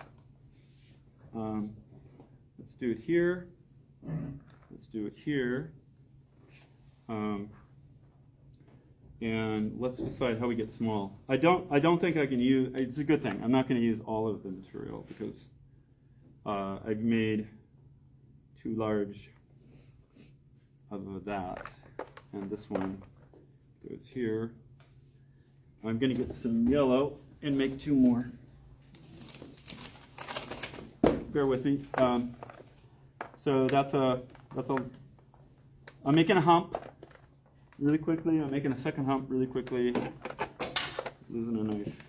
It's fine. And the goal of this is now I can run this little pigs in a blanket across it because I got a shape. See, the shape is the basics of the side of the eye. Do I have any more of this? Yes, I'm going to just use this. Why? Because it's a ready-made eye from a while ago. Who's going to notice? There's a lot of clay that you'll see in Stratacut where I run out of colors that I thought I had, and I had to throw in something different. And sometimes that's beautifully intentional, and sometimes it's just, this is a clay hog, right? And you dream, and the bigger it gets, the more you're just saying, all right, I'm running out of color. How can I transition to the next palette? Or start to put in magentas where blue used to be, or put in oranges where yellow used to be, or any of that stuff. All right, I'm adding the bubbles that go on the side of the cat eye. And then I'm adding yellow. And I'm open for a question while I finish this little piece. Are you going to slice this thing you're making now? I'm hoping. Okay, great. If you can hang with me, I know that I can push time. My ambition always outstrips my yes, but I'm hoping to put it over there. And Stephen Chiodo has kindly set up the lighting and the surface nicely. And I am looking for a volunteer to slice too. I don't know if anybody's out there. You're here? Yeah. Awesome. There it is. I don't need a volunteer. I've got the best chef in the house. Thank you so much. So yes, as soon as this is done, I have also a proposal, and I don't know if that's interesting to anybody, but you could start slicing this now if you wanted to do a test run. Maybe. It's plosive. Yeah, I don't know if that's interesting to people while I'm continuing to work, or whether that is distracting. I can certainly wait. Are we going to have it projected anywhere? Yeah, I think it's over there on the TV. Okay. Edgar or Jonah had set up the TV that comes out of the Dragon frame. And so, Jonah's there. It's smaller, so maybe it's a good place to start. Yeah, it's smaller. It's a good practice run. And then you can be watching why that shape of plosiveness right there, that semi-rounded hump shape is so effective for animation. All right, I'm going to continue here, finishing these yellow cat eyes that have bubbles in them. I need one more black and white. Here we go. These are the bubbles. and I need to make yellow that goes into these grooves. And again, the yellow is sort of like negative space supporting the actual content. And you always need to think about how every piece of information you're programming into a block is going to be supported by the next piece of information sitting right next to it, and what sort of pressure you're going to put on it when you work with it, and once it's cut. There's a lot of thinking about engineering and architecture that really starts to happen when you get into complicated things. So I'm doing this one. I'm doing this one. I just need a lot of this stuff. I'm gonna take the fast and easy way out. Anyway, you can see how the bubbles are gonna be bubbling up along the eyes in the yellow. You get that? I'm cutting this for time, so I'm just gonna. What I want to point out something I'm doing here. I'm making this fast and dirty cheat, but guess what I'm doing? I'm slowing down the animation when I do it. I'm using it. It'll sit in there, but these are going to be the slowest bubbles. Still going to animate, but having lengthened it out, irregardless of its original laying out, I just have to accept the consequence that my animation slowed down, but I have to. And I made twice as much animation by doing this in order to successfully get my cat eyes done. And now I have to decide, well, so I really kind of want them to do, what do I want them to do? I want them to do, this is big and this is small. And this is small and this is big. So I see what I did. Like that. Really, I only need them to be like that. I only need 4 of them. And that cradles properly to the pre-programming. And then I can use these as pinch extras. Like this will flow in and out of the cat. Like this will come out of textures. It's not going to all be jumping into action right off the bat. So having pieces that dovetail into other pieces, I leave them hanging, knowing I'm going to glue them together in a different way in a moment. Let me do it this way, because, yeah, like that. Because I'm trying to get opposites here. You can see that I'm ping-ponging, correct? I got the snake, the rat and the snake is in the opposite places on the 2 eyes, and they're trying to flow with a smile that goes back and forth. All right, this is a nose. It's just a triangle. It has a laid shape, and then I'm trying to make like that nose. You see the sort of like rectangular, triangular wrap shape, and the 2 pieces. It doesn't animate much. There is some flow in it, but not in the other part. If I wanted, all right. And again, I'm building from the center out. So, yeah, that's weird. I don't know if I like that. Let's see what this size has. Interesting. All right, well, I don't mind that, actually. So what I'm going to do with this is just make one more fold. So watch, I'm going to weave it. I'm pinching the bottom. Watch, I'm cupping it. You see the cup going on right there? I'm actually just pushing it down, saying, all right, go convex, go convex. And then after I do that, I'm pulling it up. This is just another form of extrusion. So one side is getting taller, and then I'm going to do it on the other side. And then I'm going to fold them over again, and they become more complicated as swirly shapes. Just making use. It's a way to, when you say, how does it get dense? There's many ways. You take sandwiches and you keep making them denser. This is another way to make them dense, where you take a simpler set of triangle shapes, but then you say, okay, that's pretty simple, but you go in and actually say, all right, now I'm going to make it twice as complicated, like curly cues, and not try to carve that as a bunch of primary slices. You just try to weave it or sculpt it, and so it behaves now in a different way with twice the amount of animation. I'm folding it over, I'm pulling it up, and then I'm going to make that triangle again. Hopefully they're contrapuntal to each other. Like, again, I think of the cat's nose as that kind of, yeah, let's see. It'll be good for a crazy cat. It'll be animating. It's going to be down here in the middle. And then I remember at the very beginning I made these ears and snout. I don't have a lot of them, so I'm going to... are you following in general? Okay, cool. All right. Thank you very much. Let me do this. So I'm going to make this twice as much. Yeah, I know what I'm going to do. I'm going to use both of these as the snout. So that makes the cat bigger and fatter, I guess. And I'm going to deal with the ears differently. So I've just decided to take what I assigned to a different character feature, and I'm going to make snout first, get it out of the way, and I'll deal with the ears later because they come last. I may not have a problem by the time I get there. And then I am ready. So see, that's the snout and the that's the part where the whiskers are going to go. We're getting there, right? And they're animating. I put that animation in. Then we get any kind of these lines, which are the lips, which I need to throw these down in here. So I'm going to remind myself to finish that. I need to make the whiskers. We're at the moment, the whiskers, and I want to make sure I'm using the right material. I don't know that I have it. The whiskers.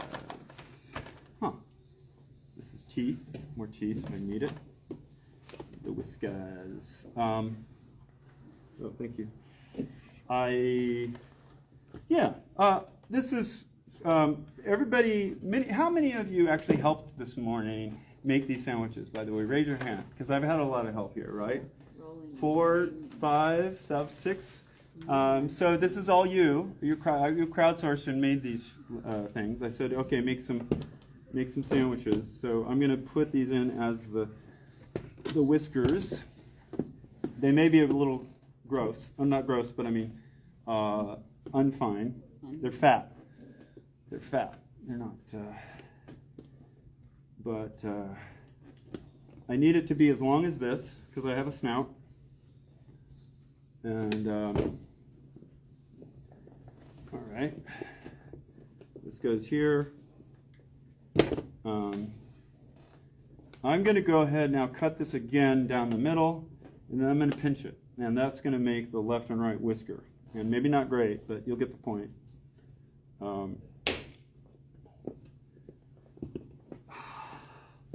Hopefully you can see that. So now I've doubled the amount of animation. I can make it symmetrical on both sides. You can see it lining up. So here I am just pinching it. Pinch, pinch, pinch. And I want it to tongue and groove into the snout that I made. I need a little more of this, so watch me. I'm just going to keep extruding, trying to press it down and sneak it out against the table so it gets enough length to fit the goal. All right, so back to where we were with the nose and the snout. By the way, when I cut something like this top part, it's kind of, the nose looks terrible. But, it starts to come alive. This is still pretty rude. I think it'll show much better on the third or fourth cut. You'll actually understand, oh, it's a triangle. But this is called a proof. That's what I always call it. Like every time I take the butt end of one thing and I say, all right, what do you really look like? It's the first slice. And it's enough to tell you what's going on, but don't fear. If you've programmed it right, the second or third slice should be correct. Sometimes the proof looks like it's a little wobbly, and that's because it's the butt end and you didn't spend a lot of time. So I want you to carve into the whiskers. All right, here I go, standing. Getting over the art. Going to cut into the whiskers. I'm trying to make a place where they live inside the architecture of the animal without it being obtrusive, or like make logical sense. Okay, that's where you live. I like my favorite tool, by the way. I wanted to show this. It's like a burnishing tool. It has a very nice little tip, very smooth when you roll it over clay.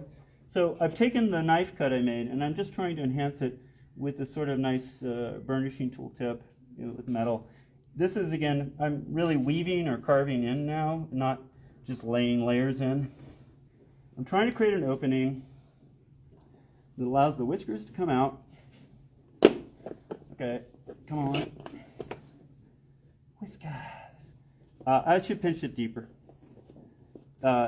Even though this is, once you press it in, this is going to get shallower and flatter because the two clays push against each other. Like I'm putting that pressure on it and that's blunting that wedge. So it's good to overemphasize the wedge and then push it in and it blunts it back. And now I'm going to reverse this operation, put it on the other side, and same thing, cut it. I'm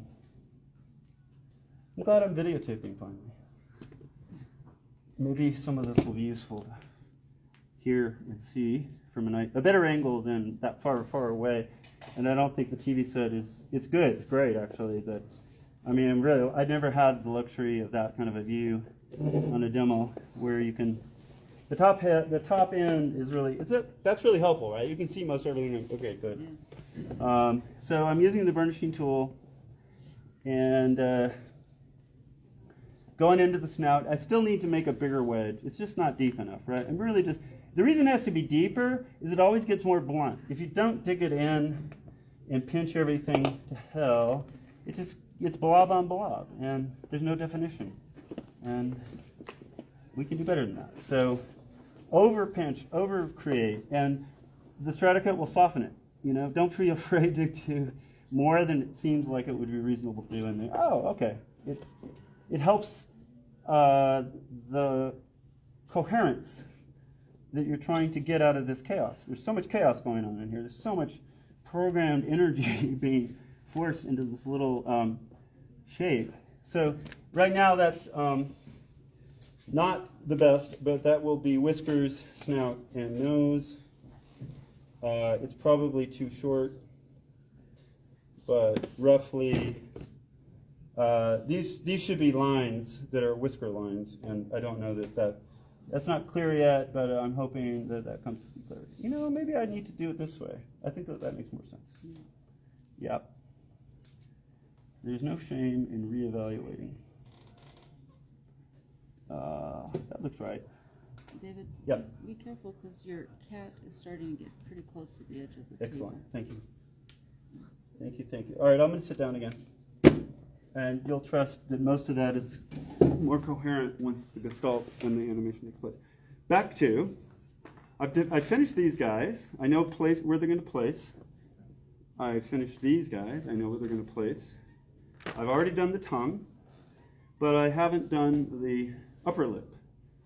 And maybe this is a terrible thing. I would actually really try to extrude this a lot more than I'm doing and smear it out. All I want is the faintest line of shiny Do you want me to put it through the hat lip. Nah. I think for the sake of demo, that's really my goal. It's like, okay, these are the steps if you really want to get a articulate, thoughtful space over time result with a character that's animating and has, you know, crazy textures going on. All right, so watch. I'm just trying to smear it out. I'm trying to take the time flow. You see the time flow. I'm just going with it, or I'm smearing toward that, and this makes it all thinner. And that's my ultimate goal, is just to make it less. It's also going loopy loop, but now it's ready for this. Having made the, I noticed that it obviously is a little too short to completely do its job. So this is a kind of like complicated extrusion where it's like, okay, I just try to rebox it. I'm only gaining about 1/4 inch every time I do this in extension, right, in length. It's getting a little longer. It's sort of tedious. Questions? Another one, please. Taking notes? Who's coming down next Friday and Saturday to see Powerhouse, the gallery? next The Saturday? exhibit? No, I mean this coming Friday, tomorrow and the next day. All right. They're busy. They're students. If it's happening in your minds and not your hands, that's fine. But I would. How long is it up? Again, it's only up till Saturday night at 10 o'clock. And it ain't coming back, and it really is like 10 times more than what you're seeing here. So I'm giving you that idea that you'll be surprised, and a lot of things that I couldn't show or bring you are actually sitting there in LA, so it's only 30 minutes away when the freeways don't suck. This Saturday. Tomorrow. Tomorrow also till 10 o'clock, or actually from from noon to 6, and then again at 8 to midnight, because there's a comedy show that plays in the gallery, so you can go into the comedy show and watch it tomorrow night. That could be fun. I will probably be there Saturday night for the closing, and the party, DJ, I don't know, it's going to be, I don't know, alcohol. Woo, woo. All right, so I've extruded it, and my goal is simply to make it conform. I've got this sort of architectural piece that's fundamental to the Cheshire, and I need to make it conform to the S shape. One thing I often show is that, see how I took a straight line and it made it a little strange at the end. You see this? If I were to cut that, I've got this little extra hanging thing. Sometimes I will, and I'll just go, all right, you go here. It's the same shape, and so I've in a sense squared it off so it's using the most. Now, I'm ready for these shapes. See these things you made? You made these and you made these, right? So now we're going to add cheeks. And cheeks are, he's a very happy cat. So I'm literally just throwing in a cheek line. And I will probably improve this in a moment. And I'm going to do that with a tissue paper black. This is again very thinly rolled. It's done in the pasta grinder as an extruder. The tissue paper black.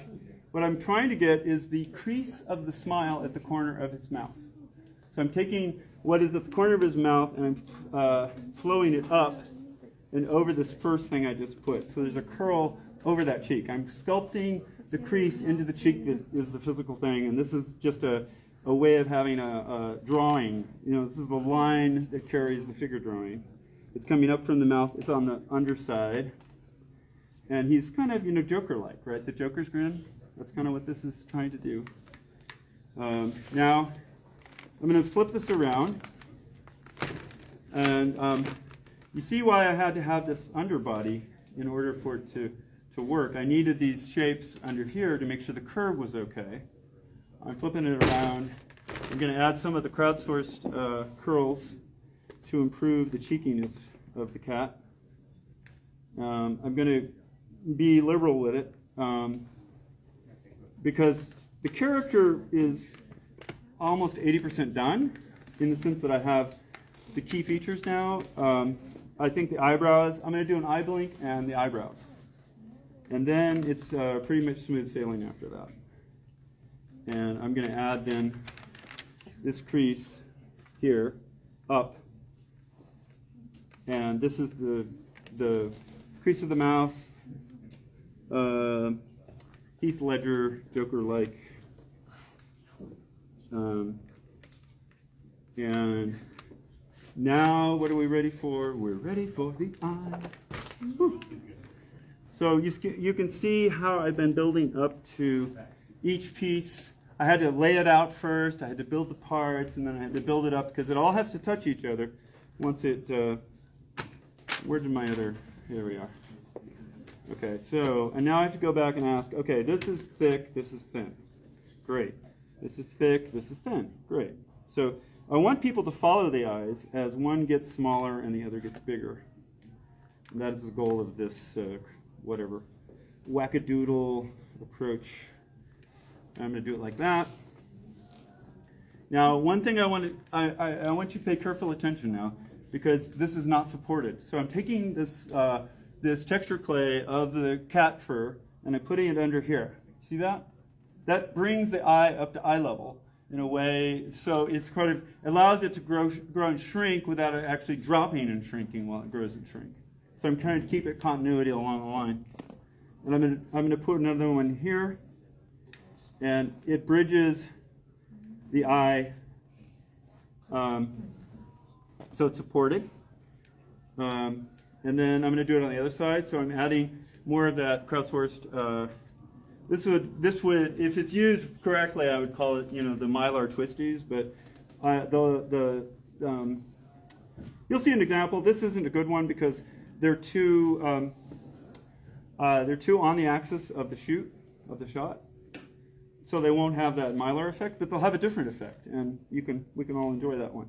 All right, so I have the eyeballs of the smiling cat handled in, and what I want is him, her, it, she, them, they, to blink, and I'm going to put it. Really, it's sort of halfway between each one. I kind of want it to blink on the way up and on the way down. So there's where the lid is going to go. And I'll try to do that again here. Sometimes 2 blinks is better in succession than 1 blink at each end. Sometimes it brings more life to the character. That's a peekaboo at his. You see the peekaboo on the way the yellow eye, in the center and the 2 sides of the yellow eye. But it's very choppy. It's not going to make sense till it's cut. I want to put 1 more eye blink. I'm going to do it in the fat part. The eyes are out of sync. It's fine. And now I want to put, what's the first thing I do when I finish an eye blink? I want to put the lashes in, right? And the lashes are, I'm going to do, I could do green lashes. I haven't had a lot of green lashes, but that's probably sweet. I'll do, this is super obvious lash, but it's not built for its color scheme, but it's made, and therefore I will cut it up and use it as lashes. It's just going to roll along on top of these eyes, and by the time I'm done filling in the lashes and the eyelid, I'm going to have to get underneath and do the same 6 cuts from below, so the eyelash. We're done over here. So Wow! Hey, 1 more. That's so great. Does it roll? Did you roll it? Do we want to look at it? Yeah. Let's see it.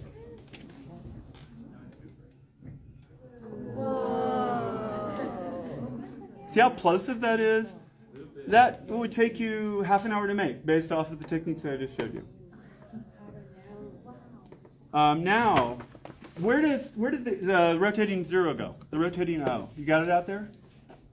Somebody? No, not the atom. I sent around this block that was an O and it was rotating as blue. Do you have it? No. Did they put it back up? You know what I handed out, so please find wherever that is. I'm making eyelashes, continuing. I would like to put that loaf up and cut it, because I think it's really helpful and effective. Did I get it back? You're not talking about this. No, the blue block that I cut it in 2 places, and I said, here's a rotating 0. Thank you, Annabelle. Excellent. How are you doing? I'm doing good. You look good. Thank you for coming up. Yeah, of I course. hope it wasn't too out of the way. It was a pretty drive. I've never been up here before. Oh, okay, brave drive. I really appreciate it because I trust you so much now because you do such a great job Thank you. laying it out. And you're storing them however much. They're very organized this time. Do you Great. want, Yeah, you that's want it. to do this one? Yeah, hold on. So everybody saw this, right? And I opened it up before, and I'm going to have her cut it. And yeah, I mean, you can see it's physically, like pieces and parts are open right there. This is it straight on, and this is it as a 0, an O. And so it'll have a 3-dimensional outline. And I just want to show you a rotating number or letter. In this case, it can be either one. I'm gluing it back together. Okay. So it will have a little funkiness in these grooves, but watch what I'm doing. I'm just trying to put as much pressure back so the clay talks to the clay again. Even though I sliced it, you really won't see that. You can actually go into strata cuts surgically and whack at it and then join it back together. And most of the times, those knife cuts don't show because so much flowing motion is going on that they would never see the surgery. So keep it in mind. Okay. There. That's yay. I really like that, and this is going to be great. You're going to get a rotating. David, Yeah? this is on the bottom. Yeah, it's on the bottom. All right, so back to the eyelashes. What you see here is you can see it's a texture and it's moving quickly one way and it's very thin. So I'm just going to try, my goal here is to get the eyelash down into these cavities, these V-shaped things I made. All right, it goes down. Down, it's in, it's up. And I also like to put my eyelashes on the outside. Aesthetically, I think it's prettier, but that's a whole other thing. So I don't want to put them in the center. I could put them in the center. They're very childish and symmetrical in the center, and that's nice. I'm putting them on the outside. So I got, where did my nice tool go, my favorite tool? Where are you? The furnishing It's tool? right. It's right. Okay, so you can see I made a V. You can see I made a V. And you can see I made a V. And these will be the 3 eye blinks. And I'm going to do the same thing on this side because I've already got that. And I simply kind of have to conform the material, even though this is really like it grows and shrinks, it's fine. And after I finish this, I have to do it on the bottom side and then I'm done. It's a V. I'm going to put this here and carry us away on that. Now, what do I put in the V? I like to put mascara. Let's just do that. I know, you know, You're down maybe to it's your a, last sheet.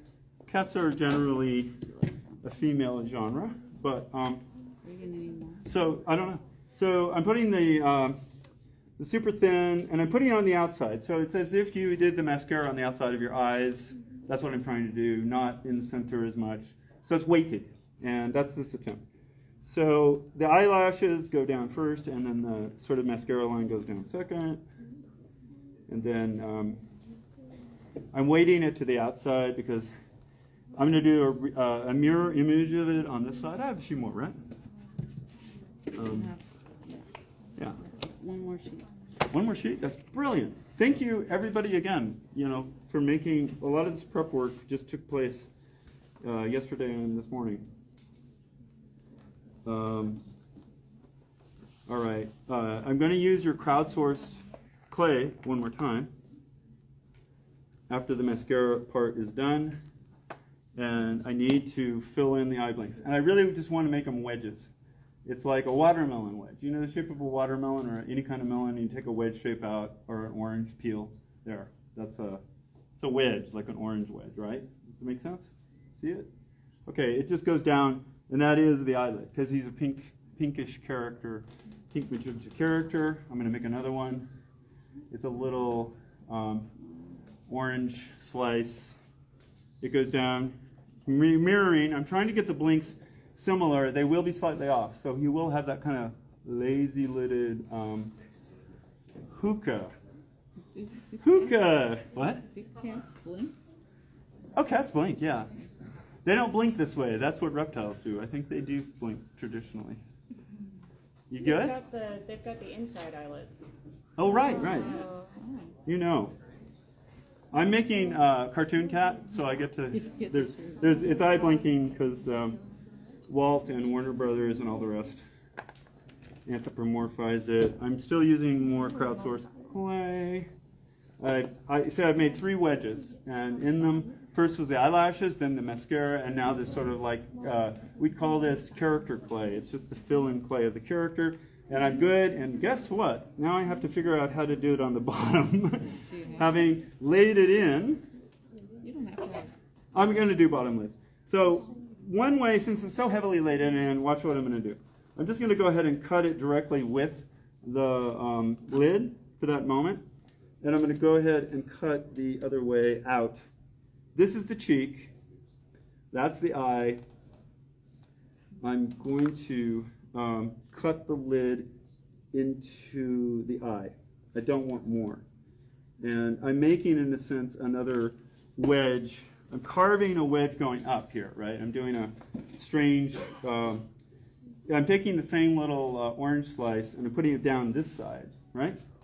So it goes under there and then it fits back like that. And so now the bottom of the blink is done. Now, if I really wanted to be sexy about it, I would have actually laid in, I'd lay in a little bit of black here. Like that, on the same side of the eye, right? Because that would be the bottom eyeliner. And so it would actually be surrounding the little wedge I put in there for the blink. I'm not going to do all of that because of time, but I'm just letting you know if you needed that. So back here, I'm going to add another little cut.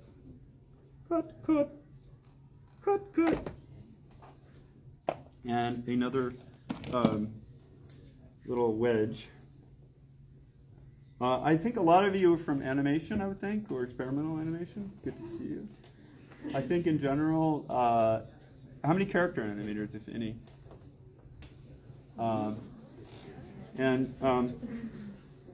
just wanted to, my comment, for whatever it's worth, is I think animators are some of the nicest people I know. You are. Because you have a lot of humility. You're trying to express something very that requires a lot of time and patience and is not instant gratification by any stretch. So this is not instant gratification. So here's an interesting thing. I just cut out the bottom of the eye. So you can see that's going to be half of what the eye of the strange cat eye will look like, and then they'll have, it's going to be like that. So I'm just letting you know. I'm tossing it. Why? Because he's blinking. It doesn't need to be there because this little shape takes its place. Blink, going back in. Okay, that's done. So I'm 3/4 of the way through.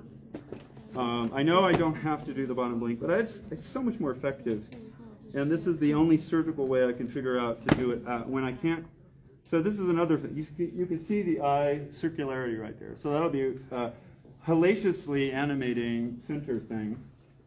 And I'm going to add more lid at the bottom. Another little orange peel, watermelon slice, cantaloupe wedge. Done. And almost there, 2 more. And in on the eye. And I'm trying not to get the cheek, by the way. The cheek is down there and I'm cutting it, but as long as I don't scrape it away or anything, none of those cuts matter. So that's 1 more, and I only have 1 more to go. And again, I'm trying to get the eye and only the eye. All right.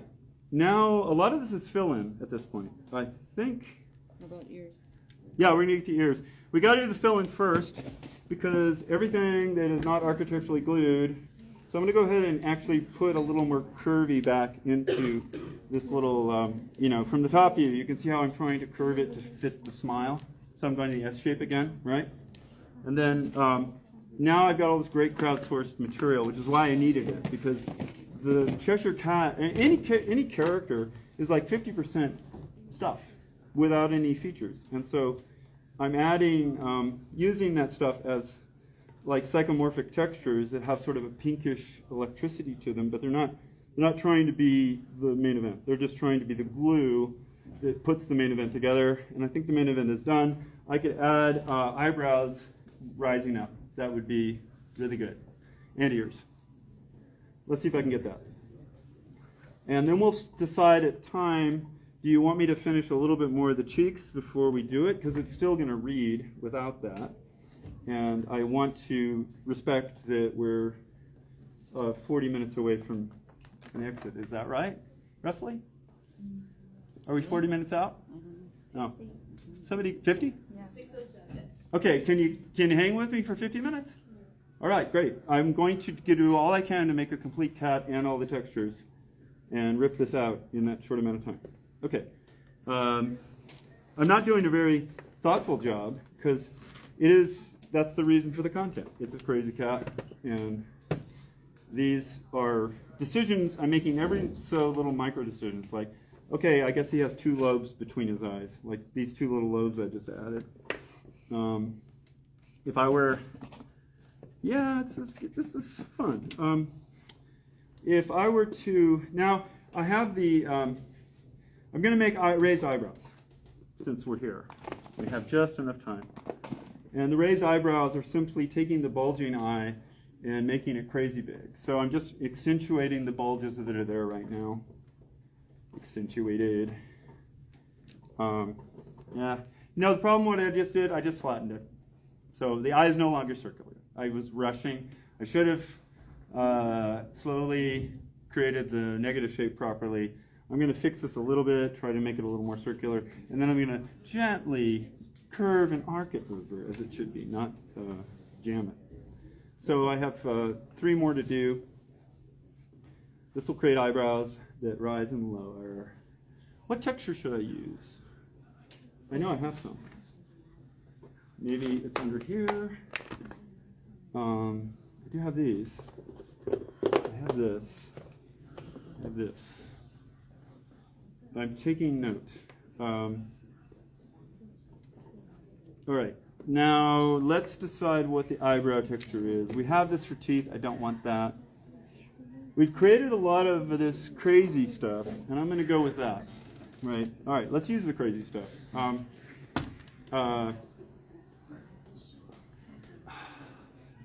So I'm going to go ahead and make his eyebrows checkerboard and see how that animates. And then I'm going to, these are big fat, they rise with him. And then the ears will go right above it once I've got that in. Again, I'm trying to make it small enough to fit on that little rack and for Annabelle to cut it. She's been a champ so far on everything I've thrown at her. But we were going to cut that tonight, by the way. That was an option, the actual globe, which is hard to cut. But we'll see how things go. I don't know I don't think that'll happen. I think it's enough that this is what we get done. If you can stick around after we break in about 45 minutes, and hopefully Annabelle will get at it, and within like a half an hour you'll start to see the results. If you come back, or I know you have plans tonight. Is there some like party down in the central mezzanine? Katie, party? Ah. Yeah, gallery thing, right? What is that? I don't know if it started yet. Right. I hope not. But I would assume 8-ish or something. Well, I don't know if it started yet in the semester. Oh. Hi, David. Nice to see you. Okay. This is the dean. Abigail, the dean is here. Abigail, hey. I heard I had to come see what was going on. I hope it Obviously, not. it's true. Yeah. Thank you. Yeah. Thank you for joining, and thank you for everybody who's stuck with it. I still have 80% of you. That's amazing after so much. Have I asked a lot of your thought? Have I asked you to think very hard? Yes. Do some people get tired when they think very hard? They're the people who left. All right. So these are eyebrows. He's got like a NASCAR crazy eyebrows. I am doing this, Abigail? Yes. Oh, I am doing this for the Disney school. It is my version of Cheshire Cat. It will not look nothing like the Alice in Wonderland version, but my intent was to do this because, yeah. All right, so that's the eyebrow going up. Can I interrupt you a second? Yeah, It's pull a him has. rotating seat. What? It's a rotating seat. That is a rotating C. Oh, it's a rotating C, even better. Yeah. Well, look at that. I thought it was. I built that, 10 years ago. Oh, yeah. I didn't, I have. Is it going? Abigail, take a look.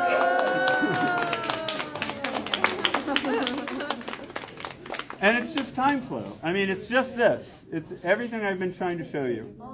And I propose, that we check out 5 or 6 of these that you can take home and look at, that you actually hand them, take them for the semester, or try to duplicate or look at it or do whatever, and then check them back in with Stephen or whoever's the appropriate authority. And that would be educational. Did the little the pad with all the stuff on it ever get back? Which pad? I had a foam core thing like this that had the actual mold? rotating block, and I handed it out to the audience. I You didn't see mean it. the mold? Yeah, I had the mold on it, and I didn't see it returned. Let's see if it's Okay, around. if people can find it. Okay, now we have a lot of these shapes. You notice these strange shapes we made? Like this. You remember these, right? These are the squiggles, right? Okay, now I want to use the squiggles to be the sort of, like to sublimate the crazy brain of the Cheshire Cat. And I'm just going to cut them and throw them down on an angle. It's not going to be complicated. I want them to plosive. So if I'm starting this way, I want it to be going up plosively, meaning it's like exciting. It's going outward from the center of his face. So I hope you can see what I'm programming in here. That they're starting at the center of like where his eyebrows pinch, and they're moving out. It's over there. Where is it? Where? Right. Oh yeah, good, cool. Okay. It's really about his ears now. It's like all I have to do is kind of accentuate the eyebrows and all its motion with these little squigglies. Thank you everybody for making them.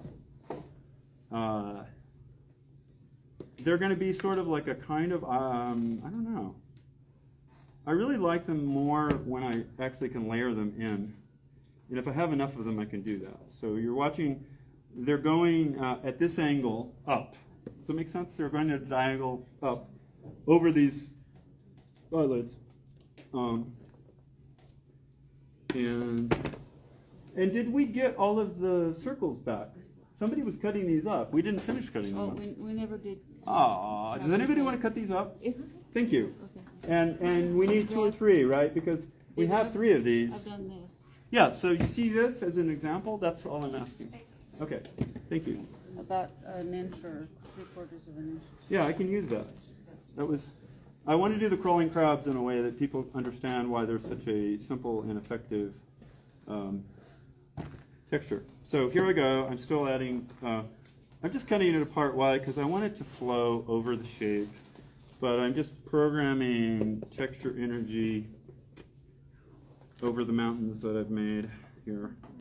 This is a very weird one. It's fascinating, you know, the amount of strange results when I crowdsourced it. And that's personally why I wanted to do a crazy cat. I thought, all right, it's going to have a lot of non-conventional outcomes. Let me do it and now I want to keep growing my little thing. I'm going to use these shapes. I'm just pinch it now. So all I'm doing is it's going to go zigzag back and forth. So this is going to be really dramatic.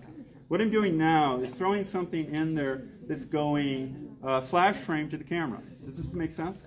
It's going back and forth, but it's flash frame here, flash frame there, flash frame here, flash frame there. Yes, there's a little bit of a curve stop, but that's what's animating now. And I'm making a wedge, so it's like a little thing that's flowing out of the center of his head now.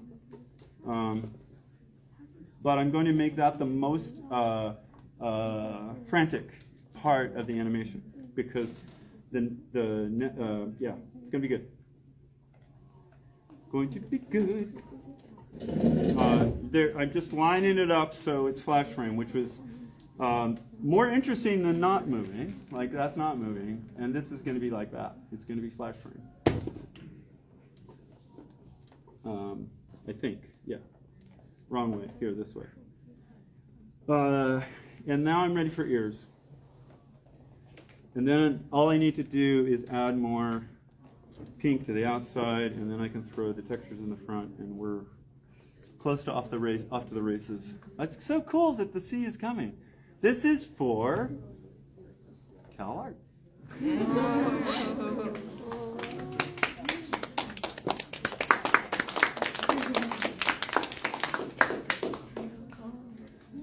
And the privilege of living long enough to come back to the birthplace of Stratigrad and have this many interested people. And I do want to call out, you know, Anima Mundi had me in 2012, and Tilimonus had me in 2014.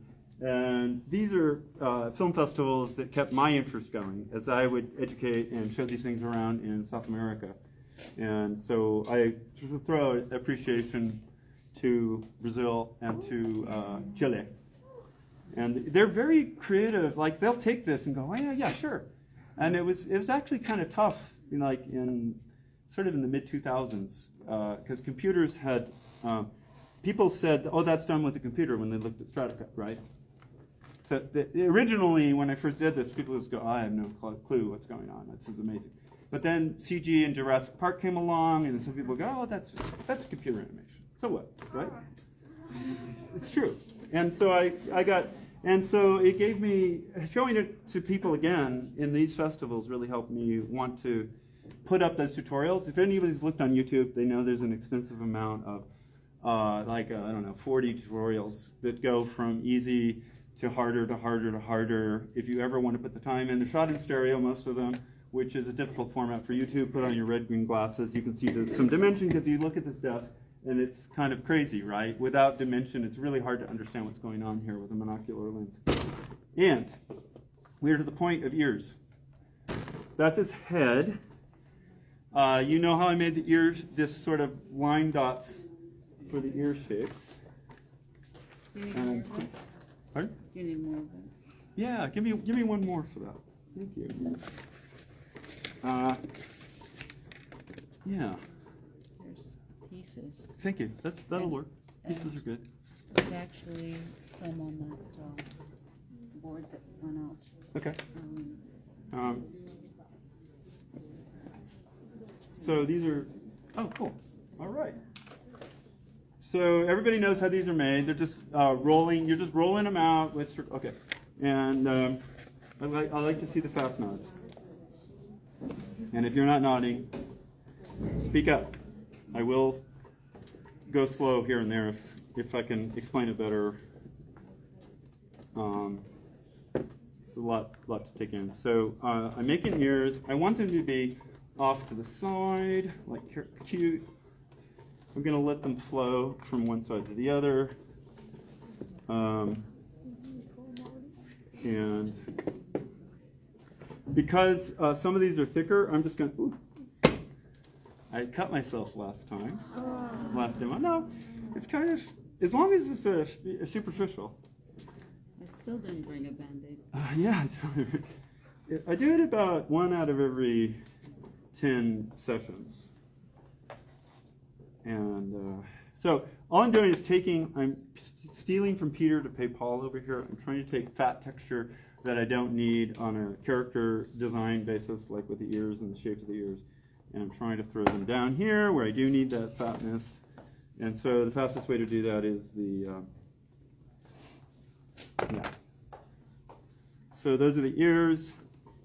Again, I'm going to let them go ragged because I still want to make an ending there that hasn't come to fruition. Do we have red? Slices of red back here. Slices of that? Slices of red. I thought there I was don't some. think so. Okay. Then, Let me make no, it's fine. I got other answers. Or, yeah, make some. Thank you. Thank you, Cologne. Everybody say thank you, Cologne, by the way.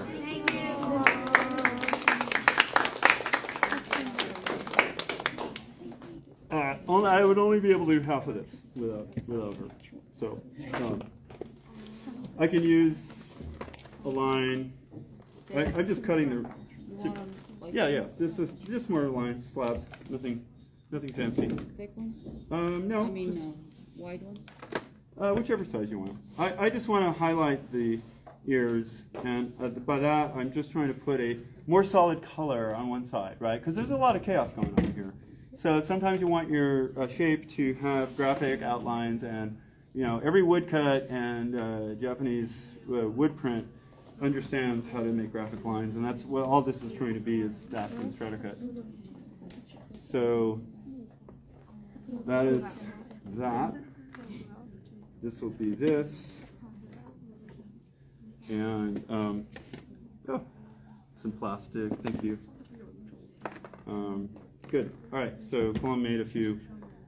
From above, I don't know if you can see it. Oh, good. You're making those. Great. You're putting them back together. Excellent. Thank you. It's good to see that. I love the cross-hatching thing. Do you like getting your hands on it a little bit so you can understand it? Yeah? Yes. Good. It really makes a difference, so you're not just passively, completely watching the show go. Thank you. All right. The ears are okay.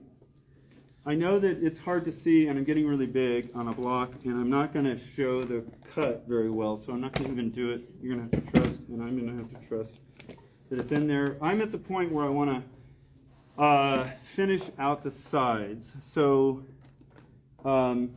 these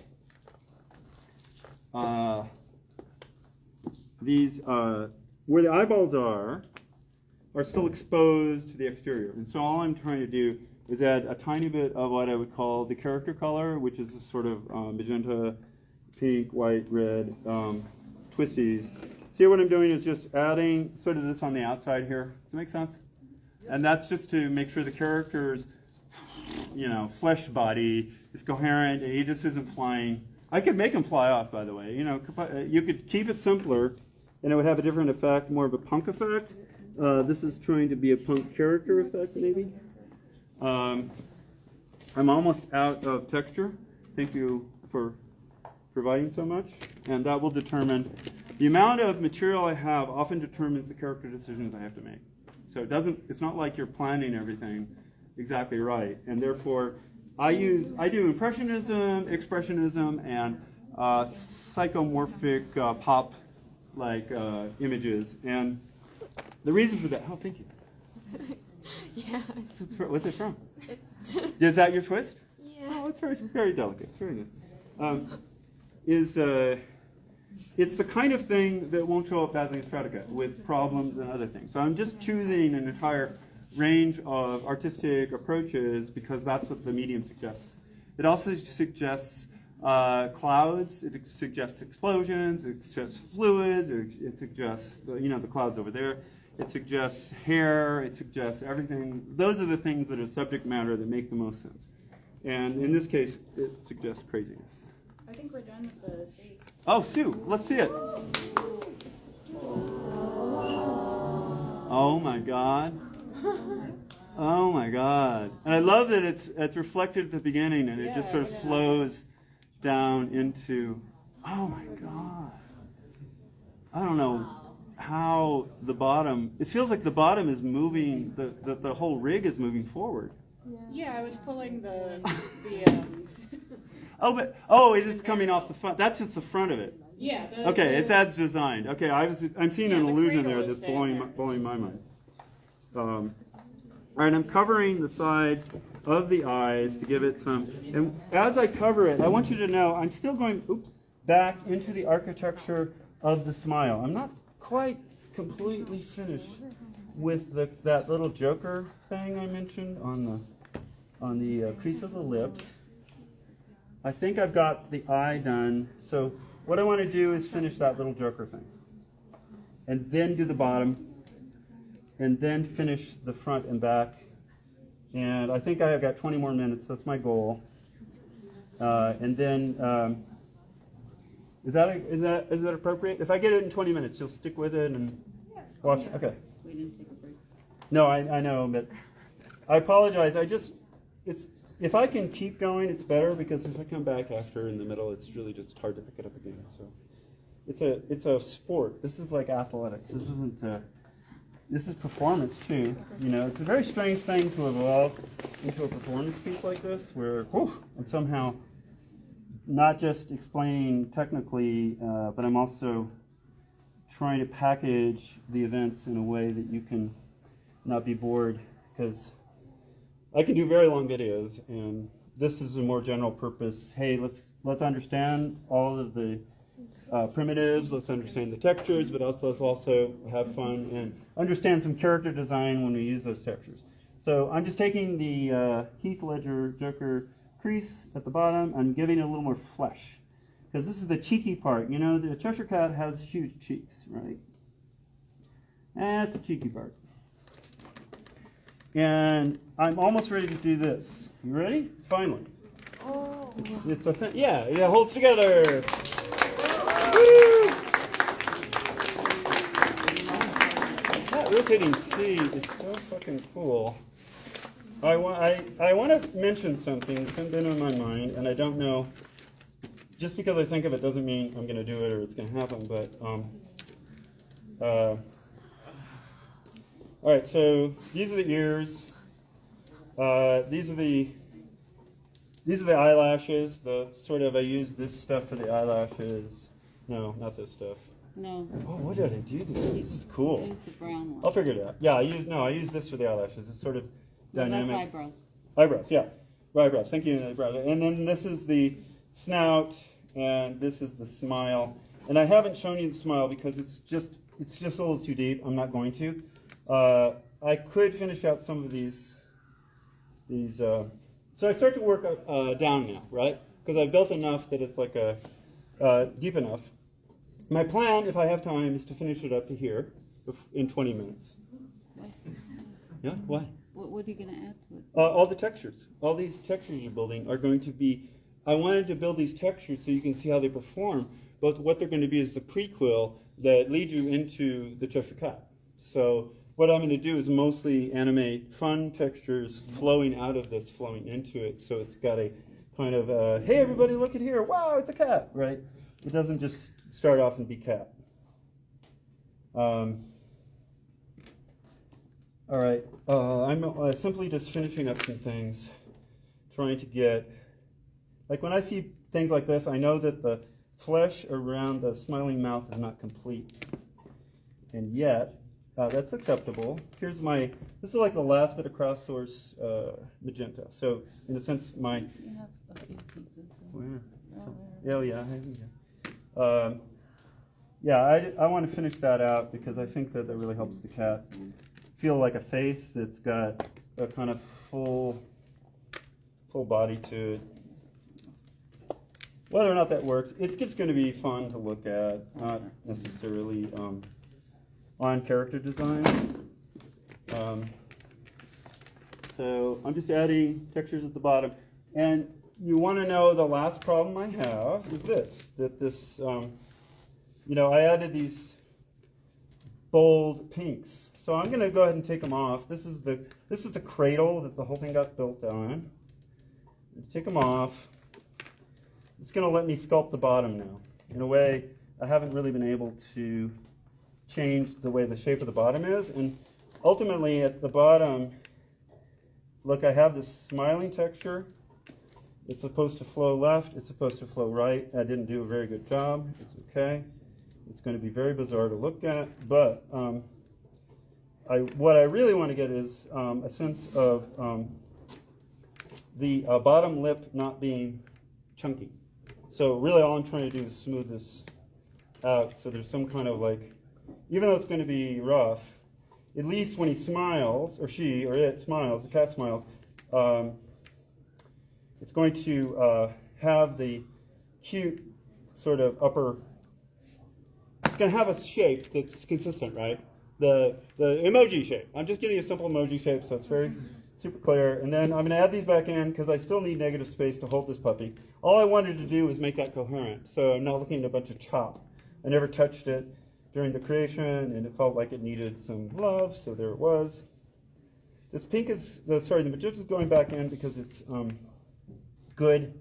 This is really soft clay, as opposed to a lot of others. Like this and the purple and other things are really soft, and so they're brilliant. There's soft whites and some other things, but they're brilliant at being the sort of last outer solid, if you will. Does that make sense? You can see that I'm having no hard time making it actually flow. And so, again, this is going to go down on the thing like that as a solid. I'm trying to, I'm just going to throw some information down here to make it straight. It won't necessarily be a final. Okay. One last thing is I'm going to use all the tissue paper I have to give some outline. So I think the ears need outline. I think if I have more outline, I might find something else. We have black with the orange that I made. Oh, I have the black over there too. Yeah, where is that? Black with the orange. Oh, here? How many do you have? Well, it's a little thicker than That's this okay. one. It's a good touch. I can make it thinner. No, let me finish with these tissue papers. I could articulate the pointiness of the ears. So he's more like a Johnny Depp cat, which he's going to be anyway. He's much more of a Halloween crazy cat. So all I'm going to do, watch what I'm doing. I'm just pushing the ear out and pinching the top because I want it to be more clearly ear-like and not less blob-like. And I'm thinking the ears go like that. Wow.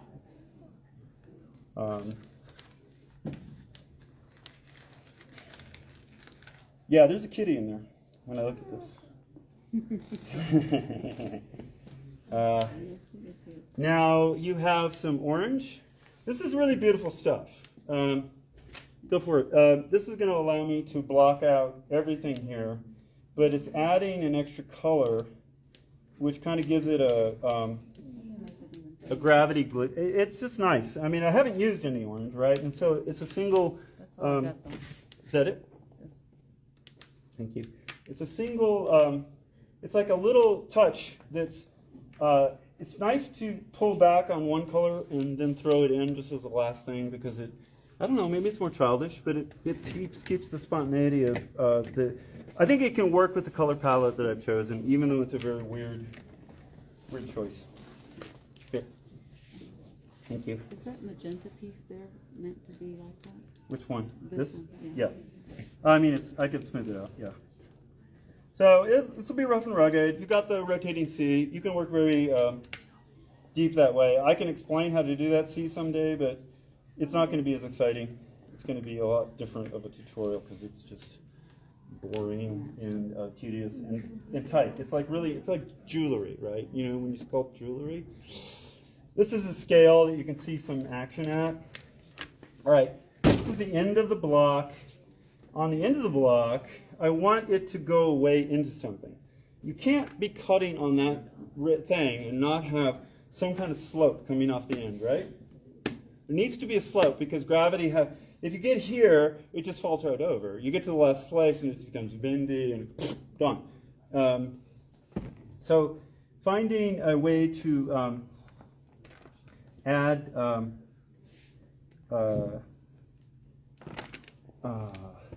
deceleration.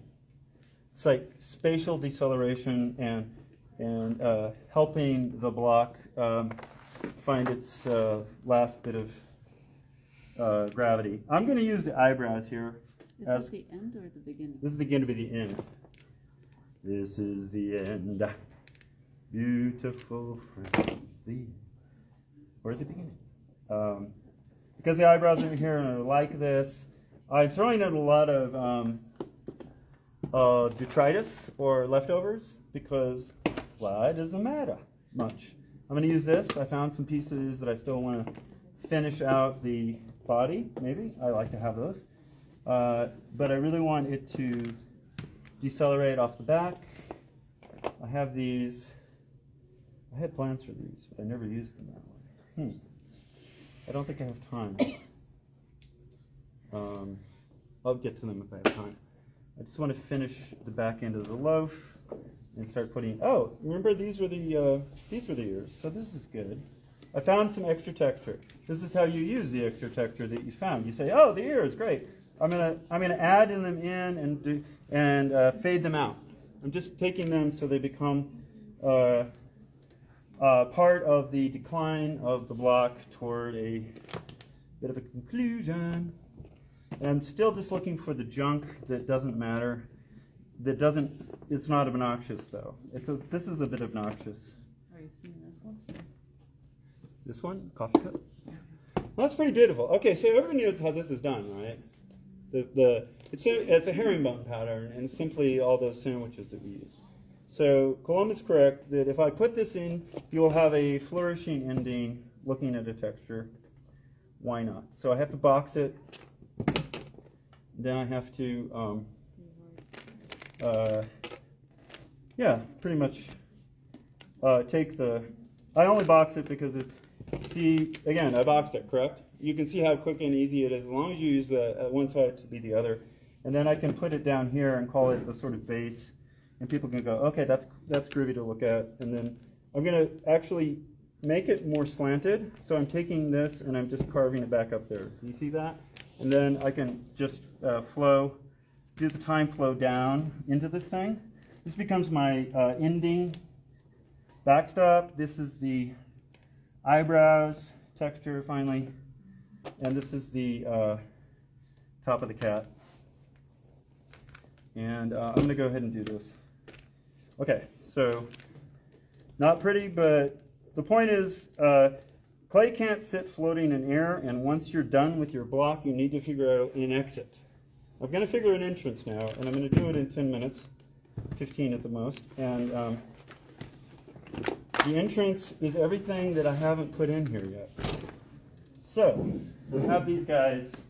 Thank you very much. I also love.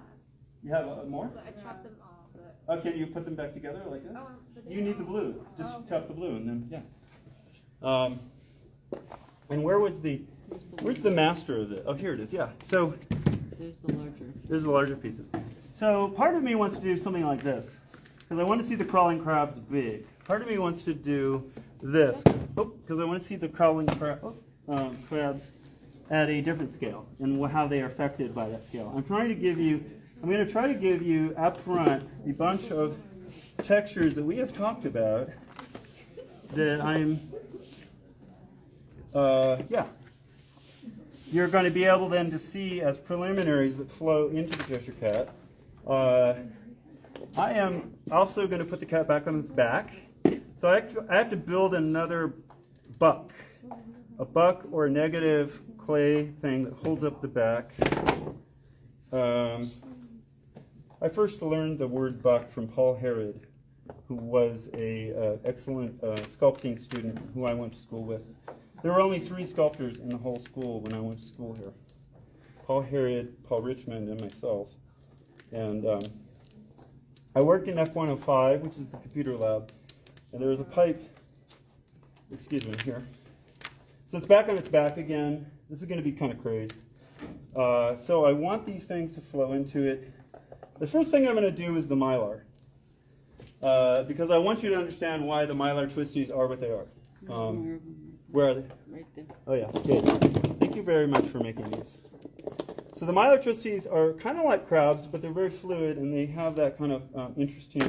And I want to put them on a 45-degree angle. That's the whole point of it. I'm going to use, here we go. I like that we're getting there. I have to tell you, this is the moment of relief for me because the hard part's done. The outcome is in. The energy, just like that block I haven't cut up in 15 years, it's still, or 12 years. This one. Yeah, that one, it's still sitting there. It's potential energy, and only when the knife hits it is it kinetic and comes to life. So these are the twisty mylar things. Watch what I'm trying to build is a diagonal. I'm just laying them in as their own little discrete, what would you call these? Little, Tootsie Roll pinches or whatever. And they're on an angle. Candy canes.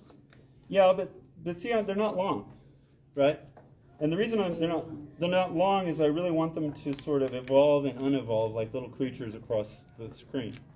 I don't want them to be a single long thing.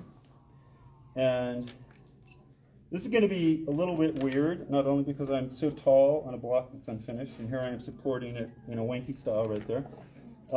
So I'm going to keep doing this on this little 45, barely visible to the, all right, here. There you go. Video, folks. There. Coming. And,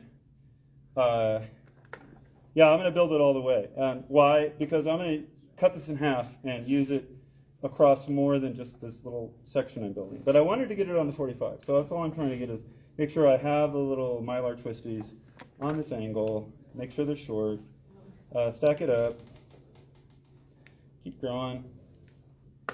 It's just easier to work downward, even if it's fast. Another quick solution, by the way, for something like this is, go ahead and throw me that block. Thank you. Yeah, throw me that block.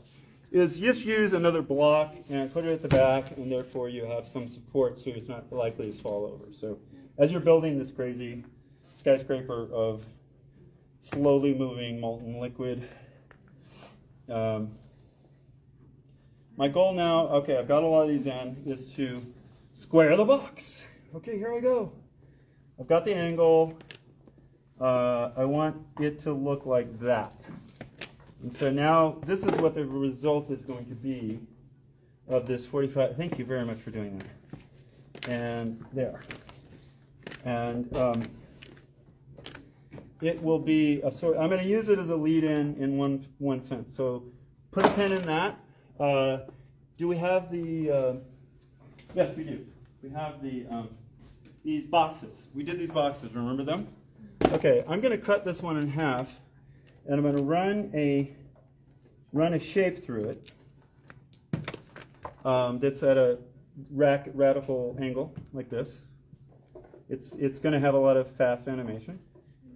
And then I want to compress the two sides together with that, because now as I pinch it, the attempt here is to have the box still be coherent. I've just bisected it, but why can't I make it longer? I can distort it. I can, right? I can actually, after it's actually really a box and really animated, you can do a lot of things with it. And this will be sort of a more tall box with a line running through it quickly. So I've got some animation there. And now I'm going to go back down. I just wanted to point that out, so that you can just keep building taller and taller as long as you have heavy structures to hold it up. And I'm going to put it down here, which is approximately that block. I see Annabelle is waiting. It's going to go fast now. I've taken off the little shim that I had in order to have it rise up. And I'm just going to lay stuff down that I've been making, all this extra material we've been making. Oh, look at that. Well, we're going to see the difference between a fat cut and a thin cut, because what you did was cut to the original diagram there, but on these shorter ones, thinner ones, it's possible that that's going to be, it could be great. It could have more chatter is what I described. It's faster animation on screen, less time. This is going to be slower enough that you catch it because it's fatter and bigger. Well, let's just throw it in. Excuse me. Let's decide what angle we want this at. What else did we build? I have these guys, I have these guys, I have this, and I have, where did my eyeball, I'm sorry, my box. Where's my rotating box? Here you are. Okay. I'm going to glue my rotating box this way, which allows me, all these lines, I don't have to actually use them full length. Once I chop them to fit my, I'm reboxing them now, like this. And I'm gaining more material back into the center of the image where it belongs, not over on the fringes and edges of the image where it's less important. I'm going to also box it this way. So watch this. I'm going to, because this is fairly flat, not really, but fairly, I'm going to go ahead and just split the baby like this, and watch. I'm going to fork that over that way. Does that make sense? And so it flows into the, I'm dovetailing and structurally flowing into the Cheshire Cat. All right. People feeling this? You get where? Okay. And the flow of it is, I really just wanted these sort of crazy shapes to yield this. And what I think does that really well is like cones. Cones do it really well. I'm going to go ahead and use this. So, this is a rotating ball. I might as well throw it into the machine. Open it up. Do you want to open it up? Yeah. Thank you. The reason I'm going to do that is I want to grow it into these eyes. I'm going to actually have that thing lead into the eyeball thing while this is going on. I have this great Mylar effect. Thank you. Now, you understand this roughly. I didn't give it a lot of explanation, but my point is when you cut it through the middle. You're off camera. Oh, when I cut it through the middle, thank you. You can see it's fat in the middle and it's curved on the sides. Does it make sense? So all of this is flowing through it, and it's all going bleh, fatter in the middle, slow, on the sides. Like a rotating beach ball. Like a rotating beach ball. You could, if you wanted to make a basketball out of it, you could cut some lines this way and add some more material and make a design like that. I'm going to simplify it because I want it to go in both eyes. So there's two rotating beach balls.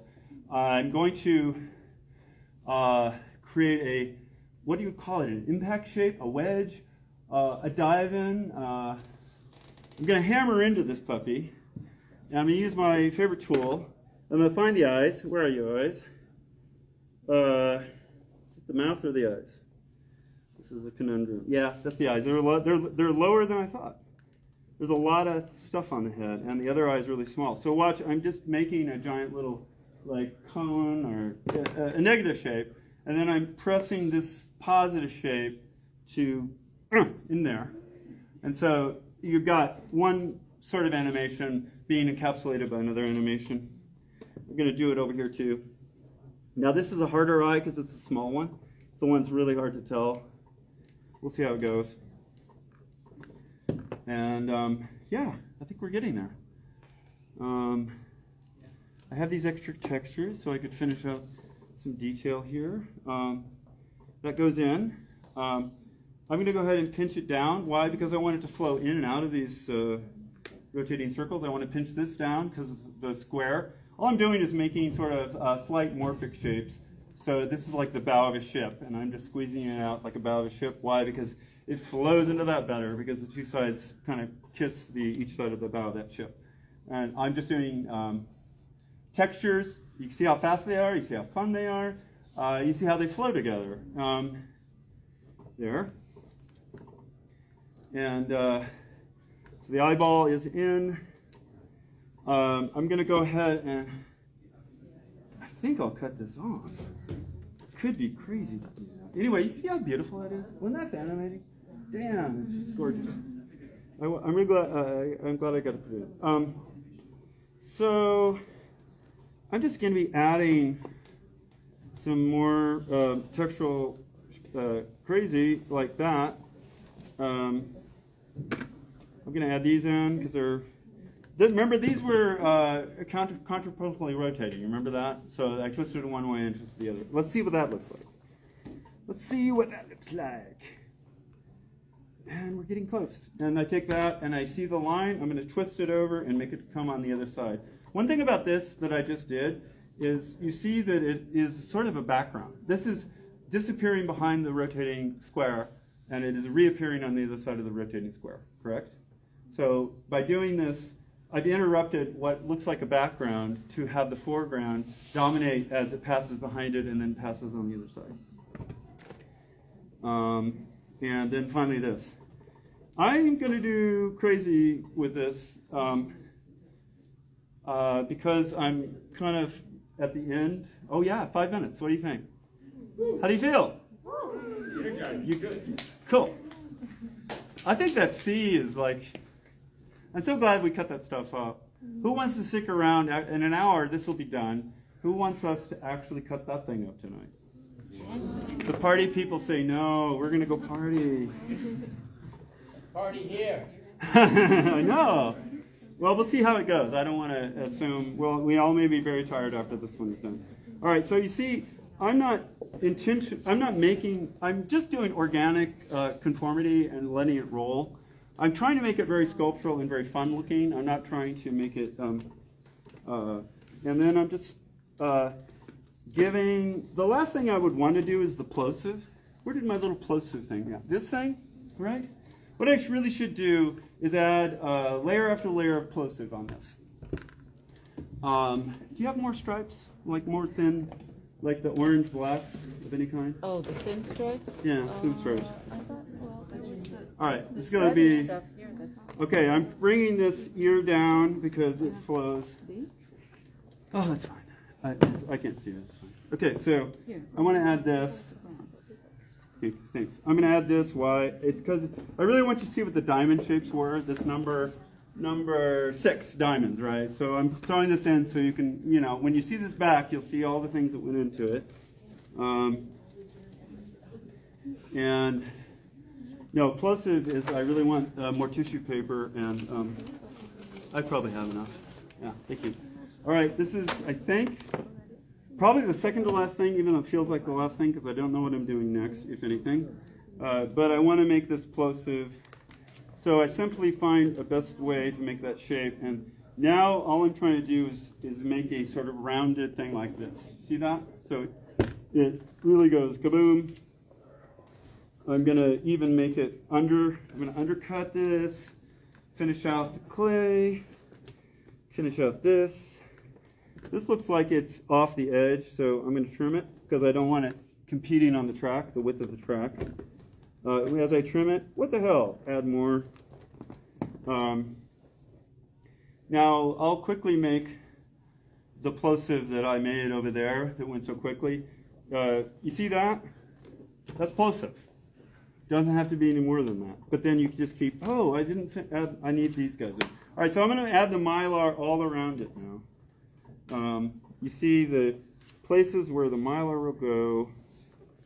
It has to be on that sort of 45 angle, and it has to be discrete little guys. Yeah, let's get on to his questions, because we're close. Go for it. I've only done CAD like a few times, and I've always. That's more than most. Good work. And like, at first, just noticing that you're creating like the overall shape of like the sort of logo based on like the shape of the character, right? Yeah. But and it's not like conforming to like an aspect ratio that you're going to shoot at necessarily. Correct. Yes. Is that normally like how you work? Yeah, I ask what's the most interesting way to present it, and the 2D, 3D nature is necessary. To me, if you don't see the side of the block, and you don't see the cavities, and you don't see the kids, you don't see the deformations on the outside, then all of the imagery going on the inside is still interesting, but it seems synthetic. It seems like something a computer could do. You don't have that same kind of mind F where you're saying, wait a second, it's 2D, it's 3D, it's 2D, it's 3D. It's the perspective. Yeah, that's why you see me shoot it this way right there. It's just, At like an angle. well, I have two cameras going. Did we slate this? We should slate this. Did anybody slate this? No. So I think if Steven's still here. Yeah. Okay, can you put those two slates into this camera thing? Sure. All right. Aiden, you want to shoot this? Yeah, and shoot a couple of frames of each. Just prop them up. I don't know if they need to be laying down. You can put them. Yeah, you can put a water bottle and try to hold them. Oh, you just hold them with your hand at 45. I could do that. The key is don't move, I because won't. they both have to do. Okay, lay it down. 40. Lay it back. Keep going. Back. Keep going. Keep going. More. Keep going. Just keep going. More. Keep going. Okay, about right there. Oh, well done. All right, shoot it like that. That's easy. I did not intend that gag. But it was beautiful nonetheless. Okay, Yeah. so shoot two frames. 2 frames. I'll tell you why he's doing this in a moment.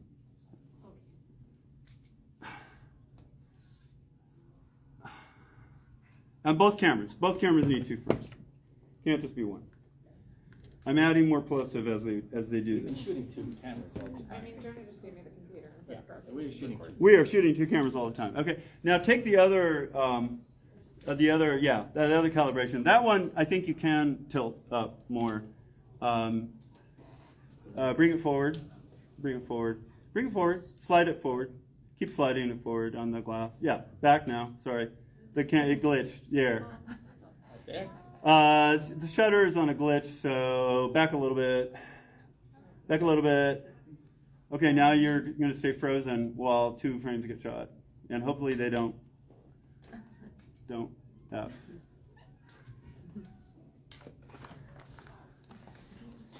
Thank you, Stephanie.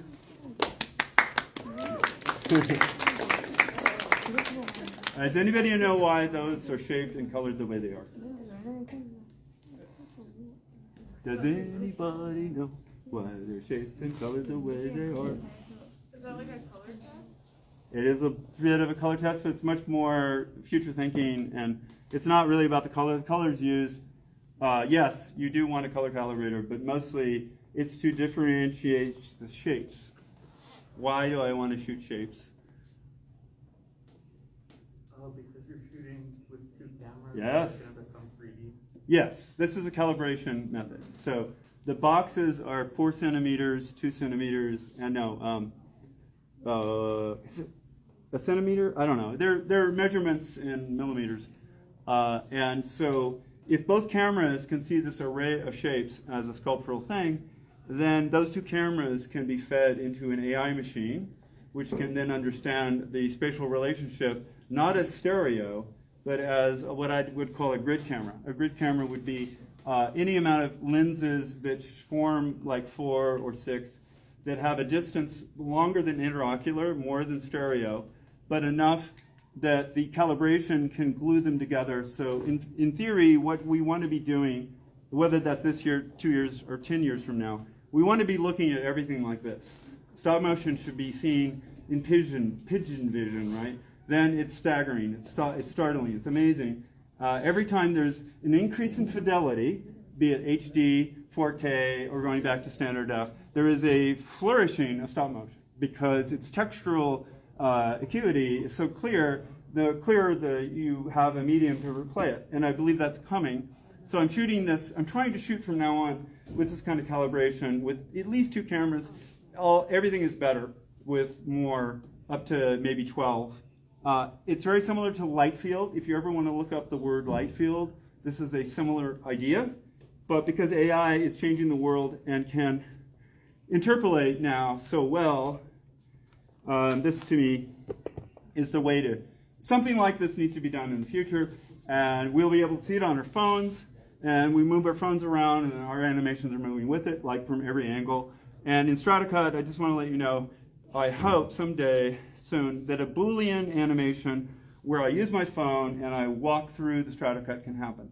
And so it will be, I'll be able to reconstruct this with the AI and use a cutter from the phone itself to say, hey, I want to look at it from this side. I want to look at it from this side. I want to look from this side.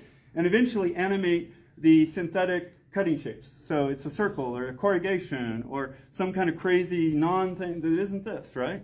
That is the next. That's coming. That's not far away. I don't say that as, I am an optimist, I know, but I don't think that that's actually too far. When you see the leaps and bounds of neural radiance fields, the leaps and bounds, everybody knows DALL-E and Midjourney, the leaps and bounds, all of these, every year it's a new crop of names of these techniques of what do they call it? ReLU and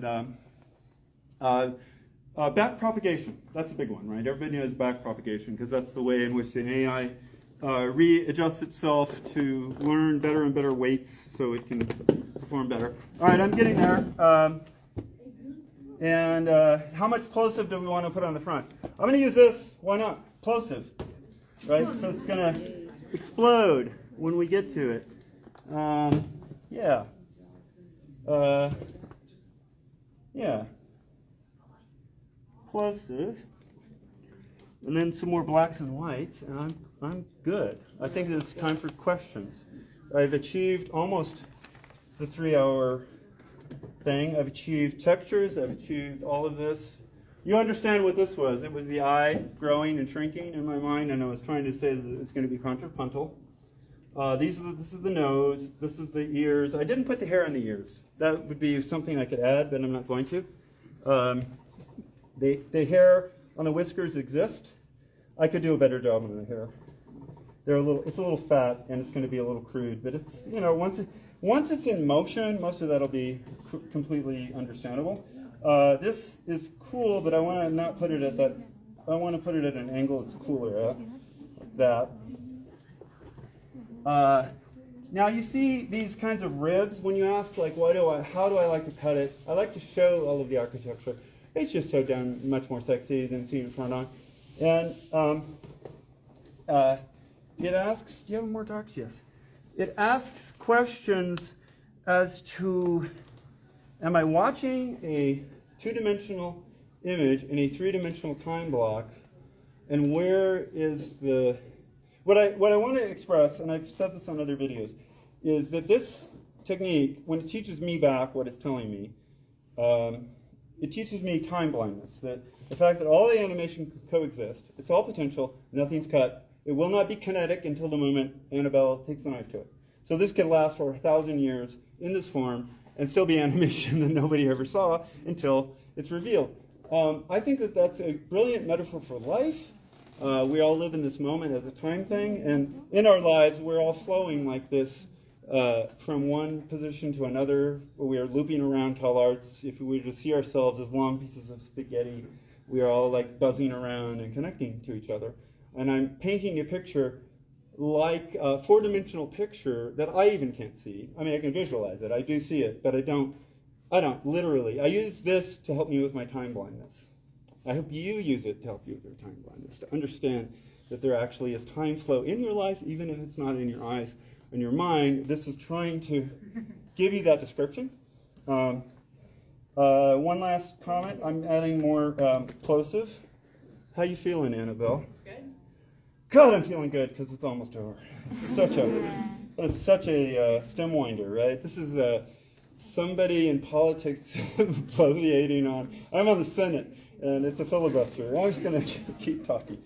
I have one more. Yeah, please. So like, I know that it can be really easy when working with directions that like there's gaps inside, like you're maybe not pressing into I like that. preferences. That's like intentional. Oh yeah, it's intentional. Yeah, I could tough everything up. Annabelle, feel like it? Anybody want to take it? Yeah. All right. That's a big one, baby. It's a big one. It's not bad. Yeah, let's cut it. I mean, no, she can cut this. She's got this. This is not too big. So I'm doing the I'm putting this on the. Yeah, put it back on. Okay. And that's the beginning, and you just rip right Taking it through. off the, Yeah, take it off the way. You may need two other people. If you want to, anybody want to step in and help them take that off and place it down, because it's a very delicate, like heavy thing. Jump up and step in. Thank you. How are we doing in Instagram land? Live feed people, thank you for sticking with it. That was 3 hours, 180 minutes. And I am really enjoying the idea of questions. And I assume we're going to break soon because everybody needs a bathroom break and probably has other things to do too. This is, can we see the cutting? The cutting. The cutting, they want to see the cutting. Oh, yeah. No, that's right. It's fine. Thank you for, so somebody was, okay, hold on. Let's do that. Yeah. Somebody was smart enough to point out, and thankfully they were watching, that the cutting is a big deal. And I also, Jonah, if you're there, this is a good time to take the iPad and move it over there so you can actually get a better view of the cutting yourself, if this is the moment. So I am elevating. I am walking. I keep going. All right. Are you all right? Yeah. Yeah. That's great. Sweet. Annabelle, say hi. Oh, there's love coming up. Hey, everybody. Thank you for your patience. This is the block being cut. We're doing it all in one session. I can't believe it. Do you want What? to take a break before we cut? Do we? Yes. Question, live view. Do you want to take a break before we cut, or do you want to keep cutting? Hello? Tell me what you, could someone watch, because the response will come in a minute. Okay. It just says thank you. And once he has this up, What do I we mean, I want? don't know if you've looked at that and understand it as animation. And Yes. it's on a loop. You know, I was just pre-programming. This is an atom spinning, and so there's 5 or 6 little atom Cut. balls. Cut. Is that what Yeah. you're saying? Yeah. All right, cut. Yeah. Well, I mean, the most dedicated people are going to go cut. Yeah. The ones who say, you know, they've already left. And so it's a spiral. By the Okay. way, that's the cosmos. That's the universe I tried to build. I We're think- going to have counter-rotating stars going the wrong I think direction. we're gonna wait till this is set as up. the universe rotates. You know, the washing machine effect of how whirlpools one way leads the outer stars to sort of go the other way in the background. I do not know what this block is. I have lost this block. No. I've never cut it. I know. This is its companion. I thought I'd do the atom and the universe and make them within pieces so it's all like one block. And again, it's Is like this going to have to go 1994, above that? but 8 years old and it's What? and I think John's and going there's to this do really it. nice Are you putting promise this here, above where it's it? like the block goes back and I'm then I not hold sure it where. into I was maybe gonna try to go right here. where it's gone. But that that, all that right? if you Sure. ever Or does he want to go watch above? this- Is that what he wants? Uh, Do you want to? Where would you like the? What's the to best? put this. Oh, for that? Should it Wherever it face shows it? up, just tilt it up, make it visible. I wanted it to be close as possible so anybody Yeah, sitting in the maybe seats could have now right. a cutting view. Okay. Maybe here That's and good, towards the actually. front so they Let's actually just get a go view. diagonal. Just get, yeah, Annabelle. Hang in there you with can us. walk it in a little more, a little closer. We're going to start Okay. cutting. Isn't this great? What's not recording? Oh, the iPad. Yeah, we'll hit record Okay. again. I Thank don't you want for to get the in the way of reminder. the light or the Yes. camera, so Oh, right, how are we on this? Am I in front of you? yeah. Okay.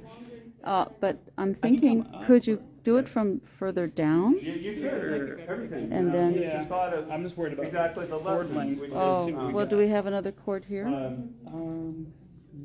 You know, nice and tight, Just as far as it the has a certain HDMI. function, and an angle has a certain function, but then I took this and I thinned it out. I will it would work have a whole with different whatever- function. And You can, Yeah, or you okay. can over slower, here a you little know, bit. like, Yeah, just, every reaction has an, you know. I love that you're thinking about that, because nothing I'm touching doesn't Is this in affect the way of everything your guys' I'm touching. view? There's a bit of a shadow. yeah. Much of that's conscious to me, some of it unconscious, a lot of this is just. It's Okay. awfully flow. bright And taking because the of the design light. and saying, I don't See how care bright it is? in I 3 think if hours. we But if I really did tab- care, it could be very precise. In fact, I think you could do so. We will be cutting. But my question would be why? Wouldn't that be tedious, difficult, and then you would have a It's a result little that didn't, bit- oh. that didn't have the magic of all that texture and stratified energy? It would be. I don't know what angle you had it at, but it was better on the light. Okay, but I think I just need to So when focus. you There we have are. an insanely long piece of structure Yeah. that you're gonna be There, showing, oh yeah, right. Yeah. organize that, like, do you Roll it just back do just straight a ahead, or do tiny you do sections and then connect the sections? Sections connect to sections. You got it. Exactly right. So that, if you look at that piece, I would build another section behind it. And the key is, just like you saw me doing the dovetail joint, or the tail ending to the head, right? The snake tail eating the mouth going together. I would sculpt another block that long that actually flowed right into this one. And I'd sculpt another one and keep going. Are you ready? How's it look? Yeah, I'm ready. I think we got. Oh, you're already cutting? No. No, Okay. not yet. All right. But I We're can't be. just waiting for Jonah to turn this on. Is it on? All right. Oh, Is that's it good. recording? Yeah. I mean, you could walk it in a little tighter, but All right, it's good. I think- I'm Yeah, going. can we go in a little tighter on Yeah, this? tighter, yeah. If you can walk it in, I'd like that. Both cameras again? Oh, Oh, with the camera. Does it need it? I see what you're saying. Yeah. Wait, we'll show you what it. Sure. wanna We're slide going to spend 2 minutes to adjust the camera by walking in a little bit Okay. and tilting down, but not a lot. And you want both cameras? Yeah, both cameras walk in 6 inches maybe at most. I'll help. Do you understand the dovetail, the train? It's a series of train cars, and I put them on a shelf. So you'll see like 1 to 40. You know the Sesame Street 1 to 40? It's on my reel. It's often played. That was 40 feet long. Did you want this to go? And it was a series of 8-foot train I cars, think and I just it's kept fine. lowering them for Yeah, it's pretty good. each time. It almost feels They're like they're also going to be able to watch okay. it If on we that. tilt up, what we're going to have to do is fix the background. The background column. Yeah. It's like I gotta. So What? we're trying to tilt up to get the cap to get the top of it, right? Oh, Is that right? you want me to Think- fix the top? It depends on what you want to capture. You want to capture the front face? You want I the do side both. face? But we're moving in because we don't need the bottom, right? Yeah. That's why we're even. Is that thinking. better? And it ends up that you lose the reflection once these little things pieces come of in. flex go in. But if It's those, also possible to break those off. like, they're impossible. They're possible. Yeah, they're designed. Please take an X-Acto knife this time and cut those off each Oh, time. okay, then you That was capture the. that. So everybody, I want to explain a design thing we made on this thing that's going to happen. These are a series of like chopstick-like clear plexi, and they've been taped together, and they're not big. So as Annabelle's cutting it, she's going to also be taking an X-Acto knife and getting rid of them. So she's just going to be dumping them overboard, and that way the front face isn't obscured by just running the conveyor belt right over that mirror. You can keep the mirror pristine by just cutting that little underline thing off. So there you go. All right, I think that is. Oh, I see. So tilt them both up a little bit. Yeah. You know how to do it? Great. If you can tilt it up a bit, that would be great. So let's see And- which camera this is. And from the lens. Oh yeah, I'll do that. Is that it? It's in front of the lens. Oh yeah, that's it. So that's number 1. Okay. Yes. Yes, you do. Great. Oh, bathroom. Help Annabelle find the bathroom, everybody. She needs to come back as soon as possible. Make a right into the corridor, all the way to the end, and make a left. Flip to the other machine. Tilt up a little. Up. Yeah. Keep going. Keep going. Okay, good. That's good. I really want that blue. Okay. Can everybody take what I suggest? To see those C clamps, the clamps on either side, right? If 4 people or 2 people can hold that, what the star background needs to go 2 inches down. Oh, down? Down, yeah. I just pulled it up. 'Cause I thought you I didn't want know, it. but I think Talk about the entire piece down? yes, but it's not the C stands. It's just the clamps. So you pull the top clamp down 2 inches, and then pull the bottom clamp down, and hopefully it will. I don't That's know. correct. Now pull the bottom down. Oh, you want to slide it? Yeah, I'm sliding it all the way down to the bottom of the block. There you go. Done. Excellent. Now tighten it up. Pull it tight at the top. It's a little loosey-goosey at the top. Keep going. Okay, brilliant. Okay, does everybody see that? So this is how you use a mirror, and your background is up here. You understand now, right? Okay. And mirrors and Stratocut go together because it's a two-sided medium. And it's just kind of cool to be able to see the pool reflection because you're getting yet another dimensional understanding of the block. Nice? Yeah?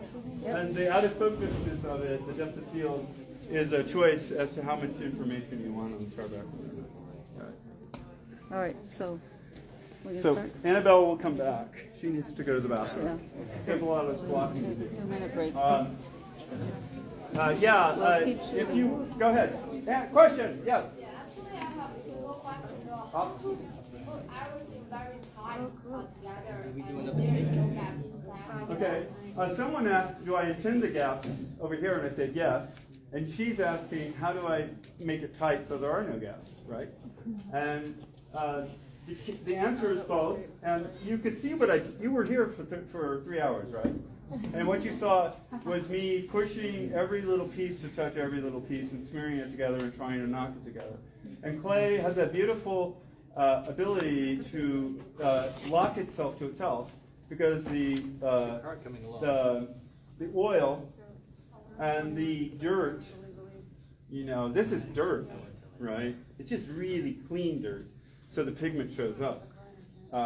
It's as earthy as it gets. The oil is part of the magic. The wax, it's wax and oil, and wax has a certain stickiness, and oil has a certain viscosity that it likes to stick to. So the two things marry pretty easily. In fact, if you put too much pressure on it, as you were seeing earlier, these I call them tissue papers, just rolled out sheets of clay. They get pretty stuck to each other. It's like if I lay them down like that and I put pressure, I can't get them apart. So that's in essence what that's the way everything sticks to each other. Does that make sense? Yeah. Did I answer it well? Okay, good. Anybody else? Do I have Annabelle? No. Then I would suggest everybody who wants to take a pause, please do. Everybody who wants to leave, thank you for being here. We don't need to take your time any longer. We're going to continue to cut this up. The live people in Instagram land, hello. Hello, live stream people. Yay. I see people joining. Will the animated cutting, now here's a question. Will the animated cutting be available later as an Instagram post? Yes. And that's the point. Because I have already posted an enormous amount of demos that are already on Instagram, in addition to the time lapse that shows them being cut up and compressed. And that's for you. That's for you to study. That's for you to understand. And I do want Stephen. I don't know. Yeah. At some point, I want to hand these out to students who have any interest in them. Yes? Okay. How can we organize How that do we in a make safe that manner? fair? I think we're going to do the honor system. Okay. So everybody, when you get one of these, go to Stephen and say you have one. You'll do that for me, right? Okay, just write your name down on the list. Okay. And for people who sat in the front, I'm sorry. Okay, I'll try to work with it. Hold on. Oh no. One more. She helped a lot. How about the slices that you've made off of the first two pieces? Like the nebula we see. Oh yeah, the slices. Yes, that's good. Okay, so people who want slices, Steve will lay them out. But I want to tell you, I'm gonna give. Yeah, you want one? Is that what? Your hand is raised. I don't have many more. Have multiple. Okay, I have one more. I feel good. I'm sorry that the people closest. Do you want one? I'm sorry that the people closest It's Brazilian. got material and those in the back did not. I'm sorry. Yeah, you stuck with it a long time. Okay, one more. Yeah. I saw you there wanting it, so I tried. Okay, what I ask you to do is simply write on a piece of paper for Steve, say, yes, I checked one of these out. Now, when you take it, you study it, and then you try to duplicate it. You say, all right, why do the curves flow up here toward the edges? It's really, that stupid box I draw up there, that's all it's doing. The boxes rotate on the whiteboard. You see the box, it's upper right side. So there's 5 images. They're badly done, but they're roughly the illusion of a cube rotating in space. Are you giving them to Emily? Yeah, no, not to animate. I want them to sculpt a version. I want them to show, like turn it back into Steve and have the sculpted version of yours. And that's fine, you don't have to turn it in. You can actually animate it. Animate your own. I want to see how good you do at the animation. And secondly, after you do that and you've learned something, you watch it, you say, oh, okay, I get it. Do something better. Do something more interesting, do something creative. It doesn't have to be a box. But rotating is not scary. Anybody can rotate. This is your chance to learn that it's not that difficult. And yes, this is the mold I used. This is what this is. These are the pieces of it. I mean, if you want to analyze those before you cut it open, you're welcome to. I also, are you back? Let's start. Hey, Annabelle's here. Are we good for shooting? Yeah. All right. Do we have our lineup, everybody? Let's put the calibration card up one more time. We moved everything, so we need those 2 calibration cards. Thank you. Shoot 2 frames. Here, I'll do it.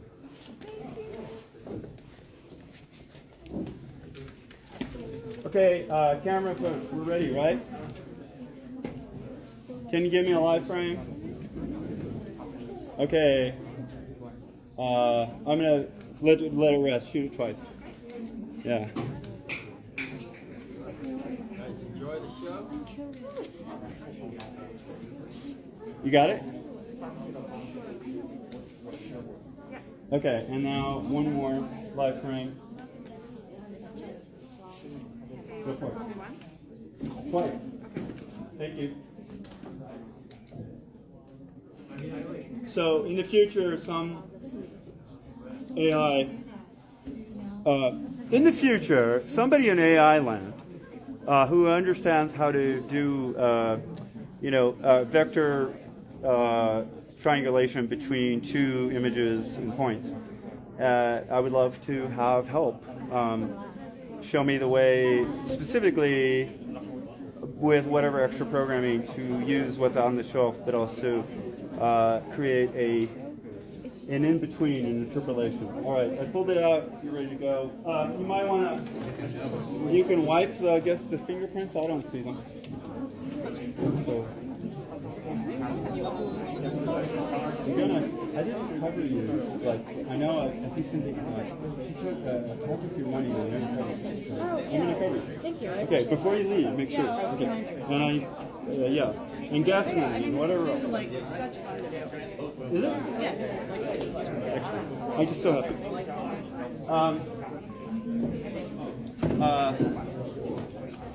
So I want to make a note to everybody who takes a slice, because there'll be slices to take. The note is you need to find a piece of cardboard and you need to protect your slice. So if you take a slice, find something that has some stiffness to it that's not just a piece of paper. Paper will work, but it's worse. and do this, and put your slice in here, and then marry it with tape all along the edge. And the reason you're doing this is then you can put it in your backpack, or you can sitting thing on it, and it won't destroy it. It will have its own. That's like its little womb. It's a little support blanket. And only when. So you know how to tape it up. So like if I were to take this slice, or multiple slices, I'd put them in there and I'd tape it up. The key is to make it as snug as possible. Don't let it move around, because if it moves around and has loose places to go, it will crumple up, it will fall apart. And this is a protective way until you get a piece of plexi or a piece of glass, and then you lay it on a piece of plexi or a piece of glass in any arrangement you want and apply really light heat. I would suggest you take it out into the sun. On a sunny day, take it out into the sun and watch it.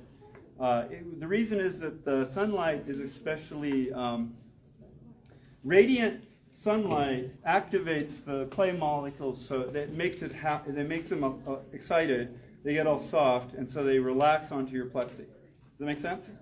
And then once it's relaxed on your plexi, not to the point of melting, that's too far, right? But if it just is settled and you see it slightly glossy, then what you want to do is press your thumbs in slightly, not goopy. You don't want it to be like goopy icing that comes on your fingers. You just want to be able to press it. And if your thumbs come back with nothing clay on it, that's a good temperature. And just press it all down, and you will get like that slice in the middle. That you see the two matchsticks in the middle on that over there on the table. That's how that's done. It's just a piece of plexi. The clay slices have been added to it. It's been put in the sun, and I put my thumbs on it to press it down so it stays on there. The liquid tension is now stuck to it. It's like married to the plastic, and it won't. And by liquid surface tension, I just mean that little thin clay. It likes to hang on things. The reason Stratacut works functionally is that when you have fat clay, and if I want to hang this on a piece of plexi, it just wants to pull. It's got way too much weight. But when I put this on it, it's got, like, you know how water wants to stick to a table and not just roll off? If I pour, all right, look, that's surface tension. The water, in theory, is holding itself in a body to itself, that if it was truly fully water-like, which means it just goes and flows, it wouldn't actually stay there. It would continue to spread and go over the table, right? That's surface tension. That's what the clay is doing when it's stuck to the plexi. Does that make sense? And that's why thin works. It works on wood. It works on any surface. If you want to do painting with it, I think that the whole possibility of using textures for painting is amazing. Again, I want to plug that. You got to go, because this is texture painting like you've never seen. You can do that. If you're here for all of this, there's no way you wouldn't go down and see that, because you have so much more. And bring your friends. If you see the joy of it, they'll see the joy of it. But does that little tutorial make sense as to how to put it onto glass and onto plexi? Great. Yeah. You can see the Edith Sands over there. They've been put with radiant heat for 5-10 minutes in the sun, and once they get a little puddly, stop. Once you see just even the glossy is fine, and then if it actually starts to drip, no, pull it out. Don't put it in the sun anymore. Let it. It's nice and warm. That's perfect. And you just put your thumbs down and make sure that all of the gaps and air gaps are pressed out of it. That's all you're doing. One last thing, you've gone that far, is you say, great, I like that. Take it out into the sun one more time after you have used cell acetate. Cell acetate is what cell animators use in classic animation, when they draw ink onto a cell, right? You know what that looks like. Even though it's old school, nobody does it, you know what a cell acetate is. It could also be a transparency from your Xerox machine. Xerox machines have transparency sheets. You can buy them, and you can print transparencies. You could use that as well. Any kind of transparency that's a thin acetate is good. You put it out in the sun one more time, but you've cut out the outside shape. So if you look at those Edith Sands, you'll see that we pre-cut the form of this cell acetate. And we heated it up one more time, and we pressed down and smoothed it out, again, getting rid of all the air bubbles as much as you can, 90% of them. And that way you have two-sided protection. Your Stratacut will live for hundreds of years now, thousands of years. if global warming does not destroy it first. And that's why, as a fun thing, I always like to do, this at the end of a lecture is, don't be afraid. Fire is your friend if it's controlled, because melting it is part of is what it can do. Melting it says, I'm fragile. Melting it says, I am an earth and oil-based medium trying to speak to an oil-based economy that's having a difficult time weaning itself off of its oil-based addiction. And so Stratigut has a message in that regard. If you melt it appropriately in a way, like if I take slices of this earth, it would be very appropriate. I put it on a piece of plexi. I do that sun setting, I call it, where you use the sun to sort of, and you press it down, get rid of the air bubbles, and then I would flame it up and let it drip down. It's a perfect metaphor for where the planet is heading. Cal Arts is, Valencia, for example, when I went here, never had, I don't know, temperatures over 100 were rare. I live in Oregon. We had 117 in Portland, Oregon, which is a rainforest, exactly a year ago. And this was in danger because of the storage. It was one of those things where it does hold up really well. One last thing is that, I keep saying that, is that it's like water thermal temperature hangs in there. Like if it's Stratigut's cold and you bring it into a warm room, it's going to take 2 or 3 hours for it to get to that warmth level. So and likewise, if you take it into the wild world and it's hot, it won't necessarily melt. You just got to get it to safety on the other side within a decent amount of hours. And the thermal, it's slowly thermally coming to the 100 degrees, but it's not there, and that's good. I'm doing things, I don't know. One last crazy idea is I've been toying with something called Strataquarium.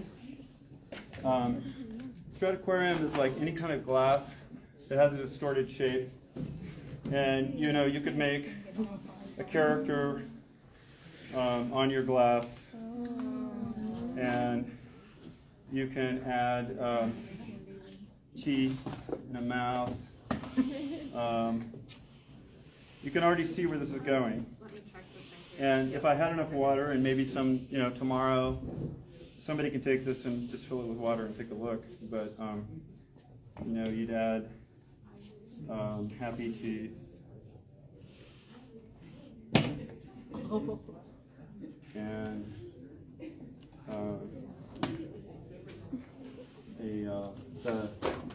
it's a texture I never. Oh, I got some more of this. You could add happy cheeks or eyebrows. Let's make these eyebrows. There. Happy eyebrows. Probably want to add a nose. And this will all. What you want to do is do this, fill it with water, and then look on the other side from the other side, because what the colors do is pretty different. It's a magnifying glass. It's a creative magnifying glass for your character, however it comes out. I'm doing some bad. It doesn't work. Oh, well, I guess it could be a mustache, but that is so strange. I don't know that it's going anywhere. I wanted to put a nose. How's our plosive going? That's great. Thank you, Annabelle. Yeah. It's functioning pretty well. There's a little speck on the mirror there in the front. It probably isn't even seen. Yeah, that one, yeah. Thank you. I'm going to do nose, and I would like to do ears, but I don't know that I will. Okay. Here's some nose.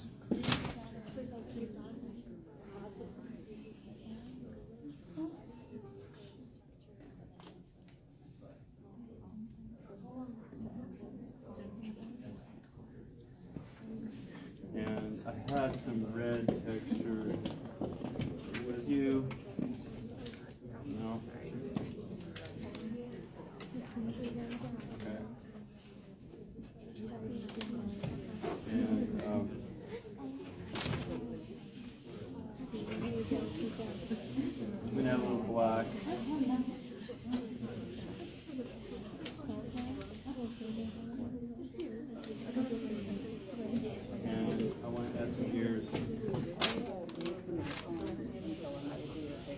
I'll leave that, whether or not does the cat work out that way? Probably not. I did not put the fur in the ears, for example, just to start. And I did not build his paws or his body, because it would have taken too long, and we all got enough out of this in the short amount of time we have, and wouldn't want to exploit the, I can hardly wait.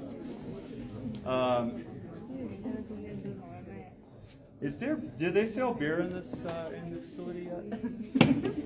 You're laughing because they don't. Would you like beer? I am super naive on that. Would you like a beer? At some point, yeah. I mean, I could walk outside if it's. You keep going. Okay, thank you. Yeah. Thank you very much, Alexander. Again, thank you to everybody at Cal Arts who has worked to make this possible. Stephen,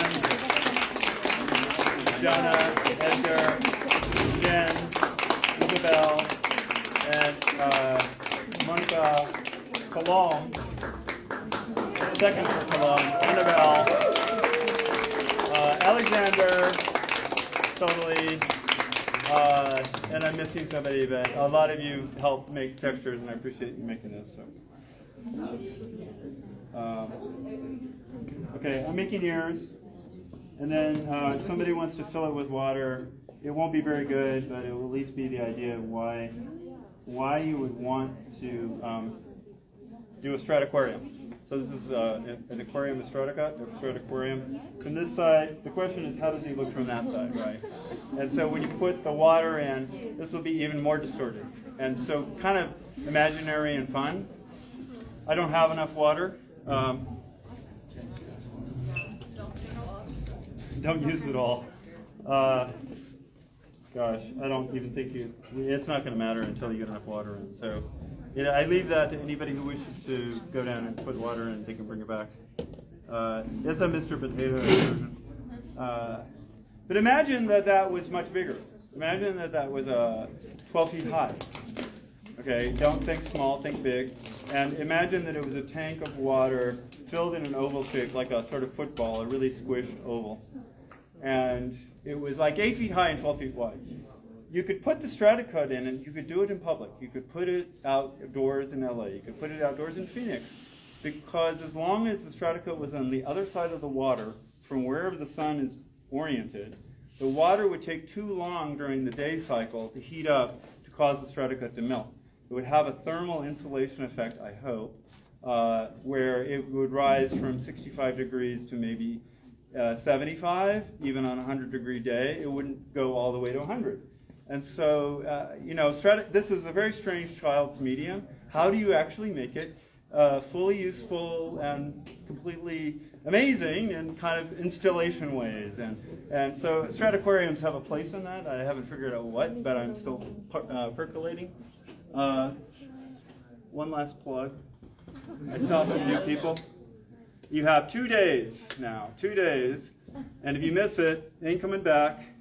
And then all this, it wasn't a waste, but at least all this, I would like you to reciprocate my effort by making this effort. And you will enjoy it. It's a show to be seen. All right. The beer is coming. Any other questions? Because I still have a group who's watching the cut-up. Okay, watch the way the crawling crabs are working. After she cuts this, can we run it after this slice? We can run a loop and watch it? All right. It's okay, by the way, to do a partial slice. That's going to happen, by the way. When you cut through, every sixth slice is going to be not correct.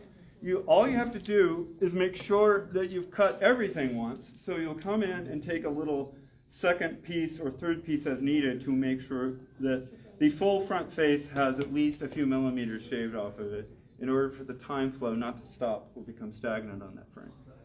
So maybe that's what Annabelle's doing. She's cleaning up a slice that was more difficult. How difficult is that? I think it's the.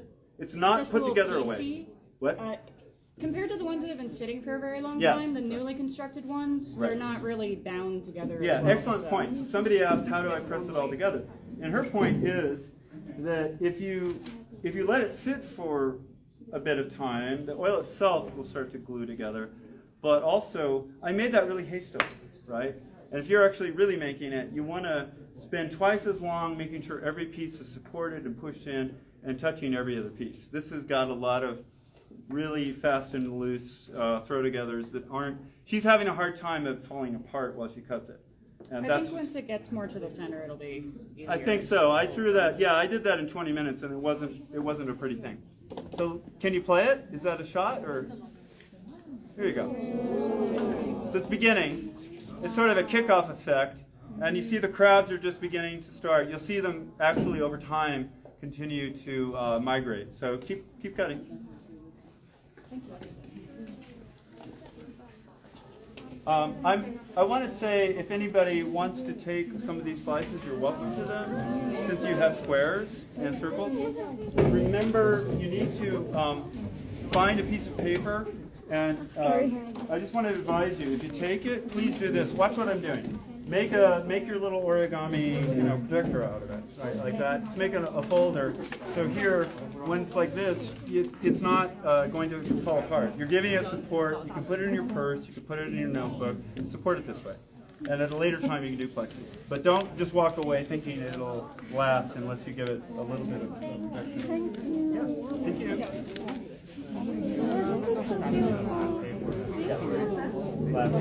Saturday night.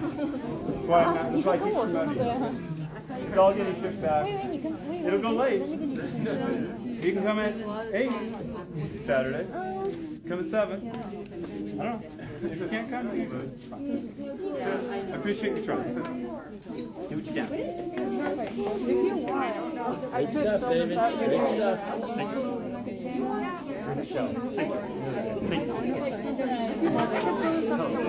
Yeah, put it up in the water fountain. Thank you for doing that. Awesome. Thank you. Yes. I would advise somebody who takes 2 eyes. You gotta take 2 eyes.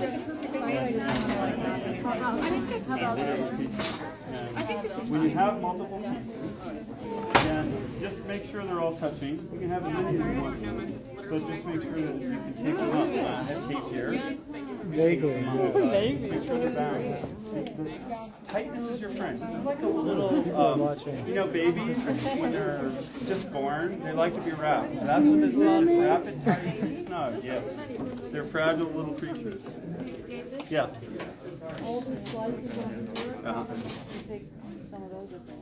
Other ones that are coming off? Yes. Yeah, all right. Or do you want only these? No, yeah, they can probably take those too. You're going to have to deal with paper. So everybody understands how to use paper to protect the slice, right? Do I need to explain it again? You're welcome to have them, but just protect them. Go ahead. You had a question.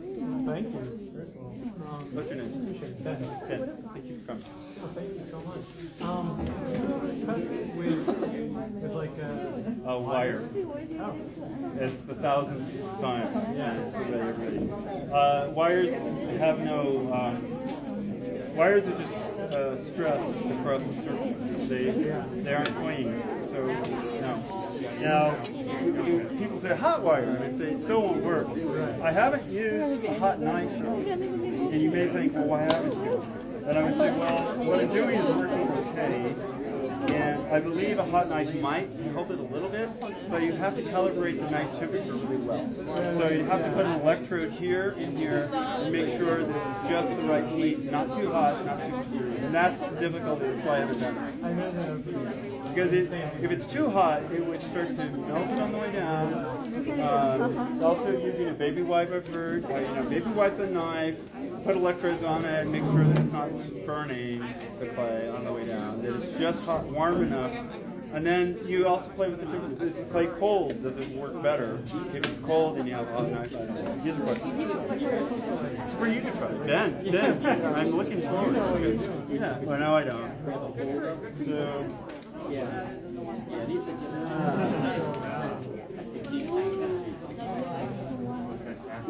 isn't that, yeah, it's everything. Now, this is such a, you're looking at the tip of this is a piece of ice on the top of the iceberg. This isn't even like what it really should be or can be. And I did this in like 5 minutes of throwing together things, but it magnifies it and it asks you to look at it underwater like it's in an atmosphere. I think that's what's so cool about it. It makes it otherworldly, and then all of these detailed textures, you can see the little the little red lines in the eyes there. You know, the little bloodshot eyes, they make more sense. Yeah, see why I'm fascinated. And it's funny, I think it's a young old thing, because I don't get a lot of reaction. It's like, oh, okay. When I show it to people who are my age, I haven't figured that out. But that's part of the charm of it. I chose it. So you could do. I have come to Powerhouse. I have 3 more aquariums, and you can see the other ideas. Some of them are straight cylinders, some of them are elegant, some of them. I use a fish bowl. I turn it upside down. It's got surfing waves on it. I call it tsunami because it's an irregular fish. It's an irregular fish bowl just on the side. So come take a look at that. Got 2 more days. And Instagram. You know everybody knows my Instagram. Yeah. Okay, StratoCAD, and you can.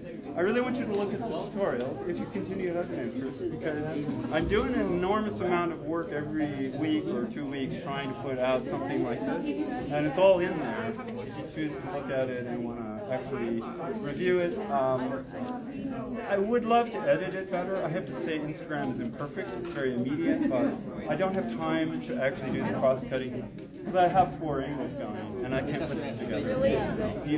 It'll be lucky in 6 months if I could ever put this together. It's like, oh, and here's a coherent version of this particular show. The top view, the side view, the Instagram view, whoever took videos out there.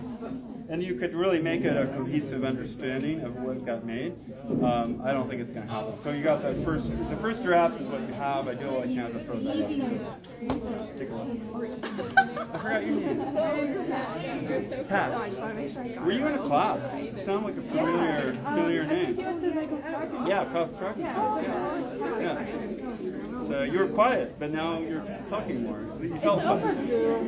I know. How could you be encouraged more to talk more? If he called you out, what? Actually pointed at you and say, all right, now what do you think? Now what do you think? I tried to do that. Okay. So I feel like that it was earlier in the day. That's fine. Pardon? Yes, you can use. Anybody who wants saran wrap, use it. Here's scissors. Make use of it. Yeah, great. I'm gonna pull an all-nighter. And sign up with Steve Picciotto. That you took a road trip. Good.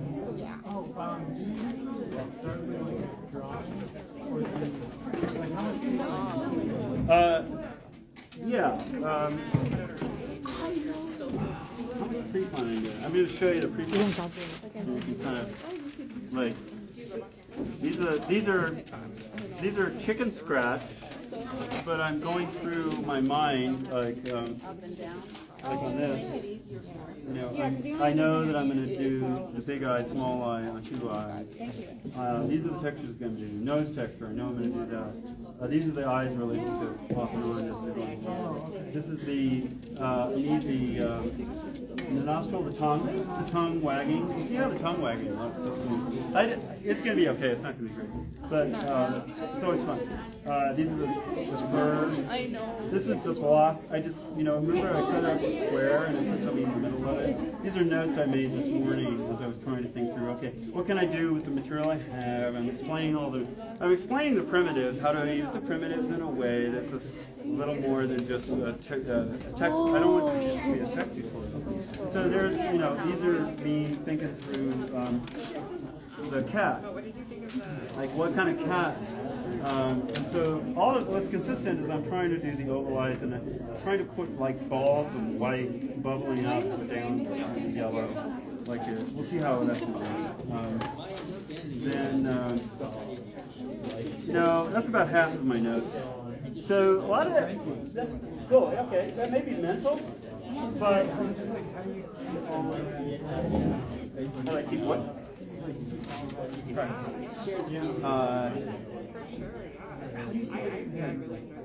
think the harder part is how do I talk about it while I'm doing it and keeping it in my head and also adjusting and trying to fit time and content.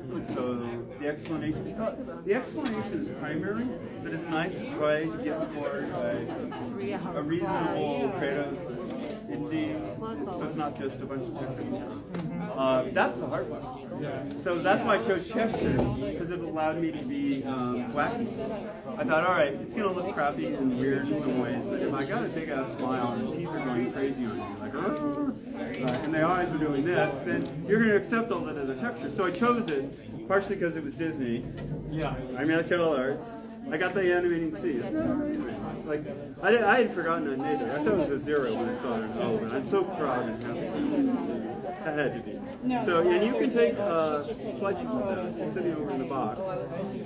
Sure. And again, you know how to lay them in there snug. That's the only way they're going to lay. If you take them away and you loose like this, it's going to turn into crap.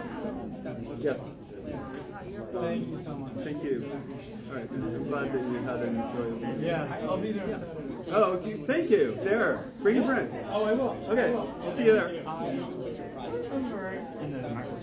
Yeah, we talked. Right. Yeah. You were, yes. That's okay. We talk a lot. Yeah. I remember you bring up like a drawing in Michael's class. Would that be on a gallery? Oh, is it in the gallery? What was the drawing? I remember it's like I don't know. Like what? Like Flames. I bet it was flames with branches, but it was a drawing. Pencil. It wasn't actually art. It's just my sketch. Is that right? Oh, no, you're I'm trying to good. remember. My brain is off. I apologize. Thank you for this alone. Oh, of course. Yeah, this was an amazing presentation. Okay, so it's like the fire thing going on. yeah. Okay. So what was the point of the drawing? Just to remind me, what was I trying to say? So you can help me. Yeah, it's cool. I was wondering if it will be showing up in the gallery. I don't think so. Again, I just don't remember. But, maybe that was it. I don't know. You know, I don't know if that was the result of it. That was in the gallery, but it fell and it's got a crack in the top. So, guess what I think I'm going to do to that piece that has the broken plexi and the upper lip influence? I think I want to melt it. I think I want to put it under a heat gun and watch it melt more. I think I want to extra destroy that. Why? Because it's two matches going up the flame. And therefore, if I use heat on it and I make a point of the plexi warping, or point of the painting or the image, then that's one way to save it. Of course, I could throw the plexi away, scrape it off, throw it underneath the plexi. But these are interesting choices with very heavy material. And it's not ideal. It's got its downside. I'm just working with a good side and trying to protect it and find methods of preservation. The very fact you're going to see, if you go down, you see paintings that are 40 years old, that are all made out of clay, that were made in F105 downstairs, and still hold up as if they were 40 years ago. So that's a preservation accomplishment. And a sense of archival ability that nobody ever thought this kind of play would ever have, right? Everybody knows who animates it, that you make great characters and you put them on a wall because you like them, and then 10 years later they're dirty, and 20 years later they've been in a box and they're all fucked up, right? They're all just, and you still don't want to let them go. They were kind of cute, and that's the destiny of must play. And I set out to reinvent it. I said, all right, what can be done that's actually archival and not dirty and not funky? How can I protect it? And so that's a lot of what all this stuff is. I've managed to prove that it can be protected and preserved, but the key to it is to slice it. And slicing it reveals so much more interesting stuff than I mean, I like stuff. I mean, don't get me wrong, claymation is something that's all beautiful. Are you still working on artwork about I apologize again. Am I still working on artwork about politics? Oh yeah. Come down to the show. Oh, I mean, okay, so did you see something today next to the cafeteria that looked like my art? No, I mean, You didn't see that. Did you see? You saw it, right? Okay. Is that political? Background. No. So there's two Bin Ladens down there, right? One at the entrance, and it says "Thanks Obama" on it. And there's another one for the cafeteria, and it's a thick female sculpt, and he's been carved with exactly and with box cut. Right? And so I've taken a sculpt that's this thick, like an extrusion of a thing that's this thick, and I have scooped it out into these curlicues, and they last because they're female. They're heat dry, they're heated, and so they're rubberized, and they won't do what clay does at temperature. They'll stay. They're not perfect. They're still fragile. Like if you bumped it and hit it, that stuff will break off. But I think that's political. Am I wrong? It is 9/11. It's 21 years ago today, and nobody, I'm jumping in here, but the Saudis have never been held to account. The weapons of mass destruction is a lie. Nobody's been held to account. And an enormous amount of people died over something that didn't have to be. It's not like I'm not justifying. I mean, first of all, Obama got Osama. And yet he doesn't get credit because the MAGAs wear the red hat and say, well, anything that our team did is somehow we take credit for it, the rest of it is all failure. And yet that's why I put the red hat on Osama saying thanks Obama, because that is the 2008 2012 meme to say, fuck you Obama, you didn't do it for me, right? Thanks Obama, you didn't do a thing for me. I'm self-made, I paved my own roads, I set up my own telephone poles, I put my own septic in, I drilled my own well. Whatever the list of libertarian wet dreams people have that justify snarking at their choice, thanks Obama is this. And what is let's go Brandon? Let's go Brandon is this. It's another snarky way.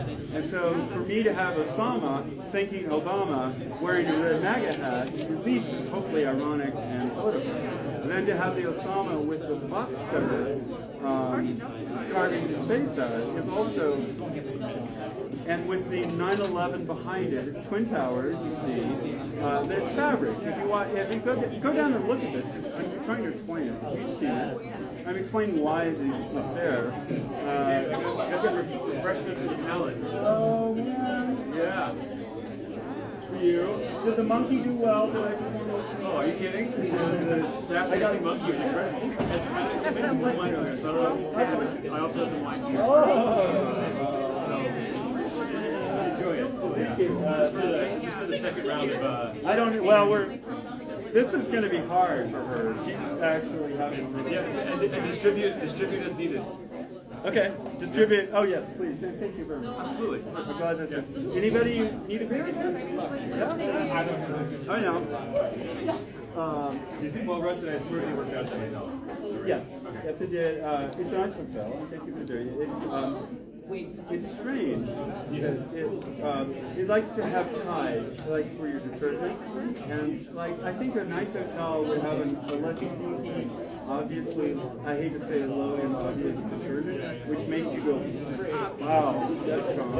Because tide makes sense, but not. I mean, people who are paying for a good hotel, they want a sort of subtler thing, and so these are. Cologne has allergies from the hotel because it's just so pristine, it's so full of, but it's fun. It's a great hotel. Believe me, we're super happy. Yeah, I guess it's good. No. Well, we're all finished. I mean, all you do is cluster every day. That's amazing. From August 5th when we packed the truck and came down. Cheers. Yeah, cheers. Oh yeah, take care. First year from August 5th back in the truck till now. That's right. This is great. This is amazing, by the way. This is so good. I did it.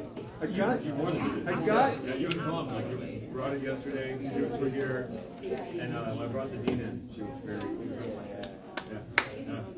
We're so happy to have You got the legacy. Now the legacy's here collection. If you want to like, you know. It felt like a hometown cup. Did feel like a hometown grad. Yeah. I would propose that I could bring, if anybody wants in the future, I could do more one-on-one without any video and actually explain how to want to. So let it digest, let a few weeks go by and tell me if people actually would like to go into it. They're going to take some time to absorb what they learn here. If they do their studying well and they look at the experiment.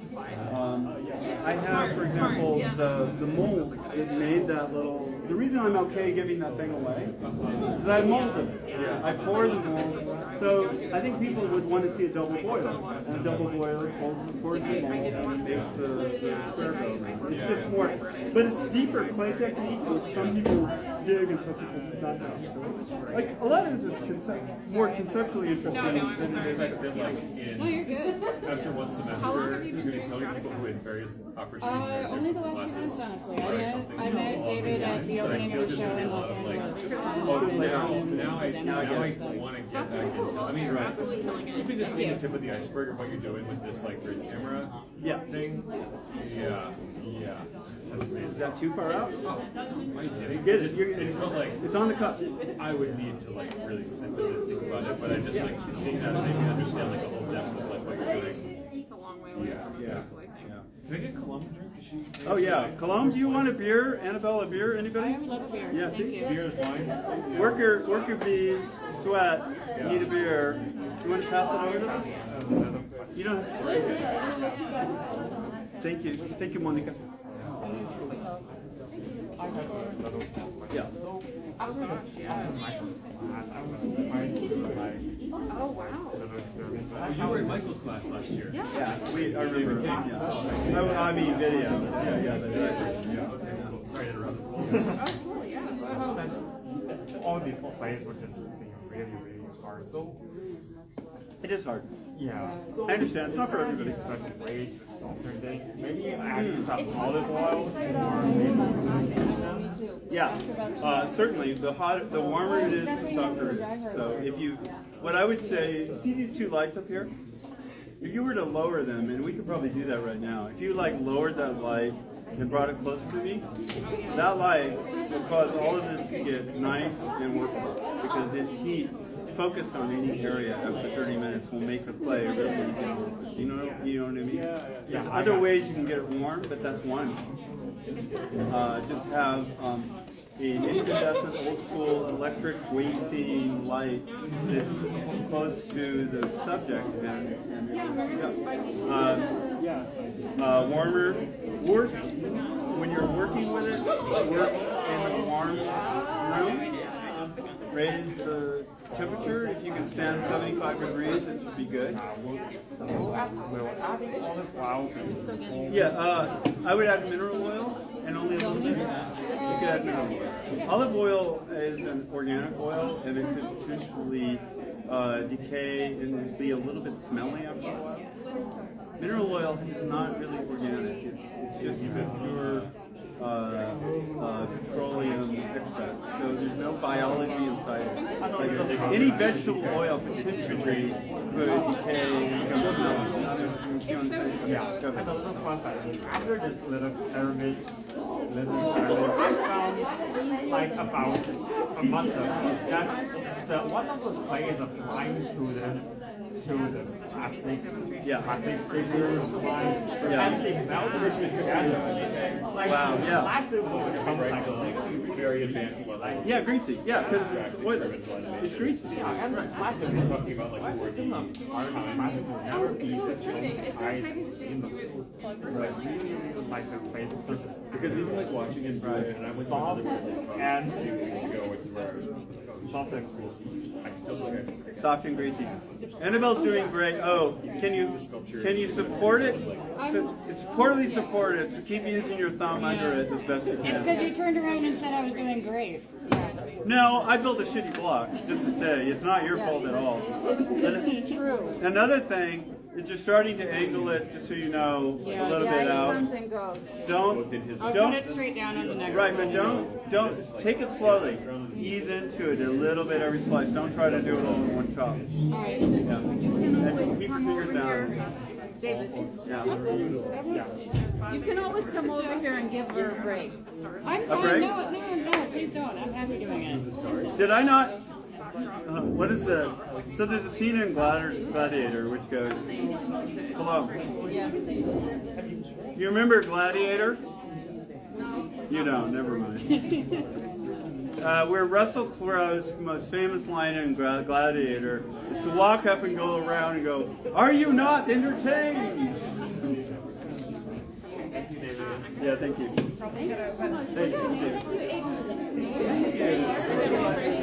Tell me what you like. What do you like? Oh, I think I will. I should make it in my oven. Great. Amazing work. Oh, that's so kind. Thank you. Thank you. Like masking tape, like the what is that? Food. Yeah, no. Oh, okay. I'm like, yeah.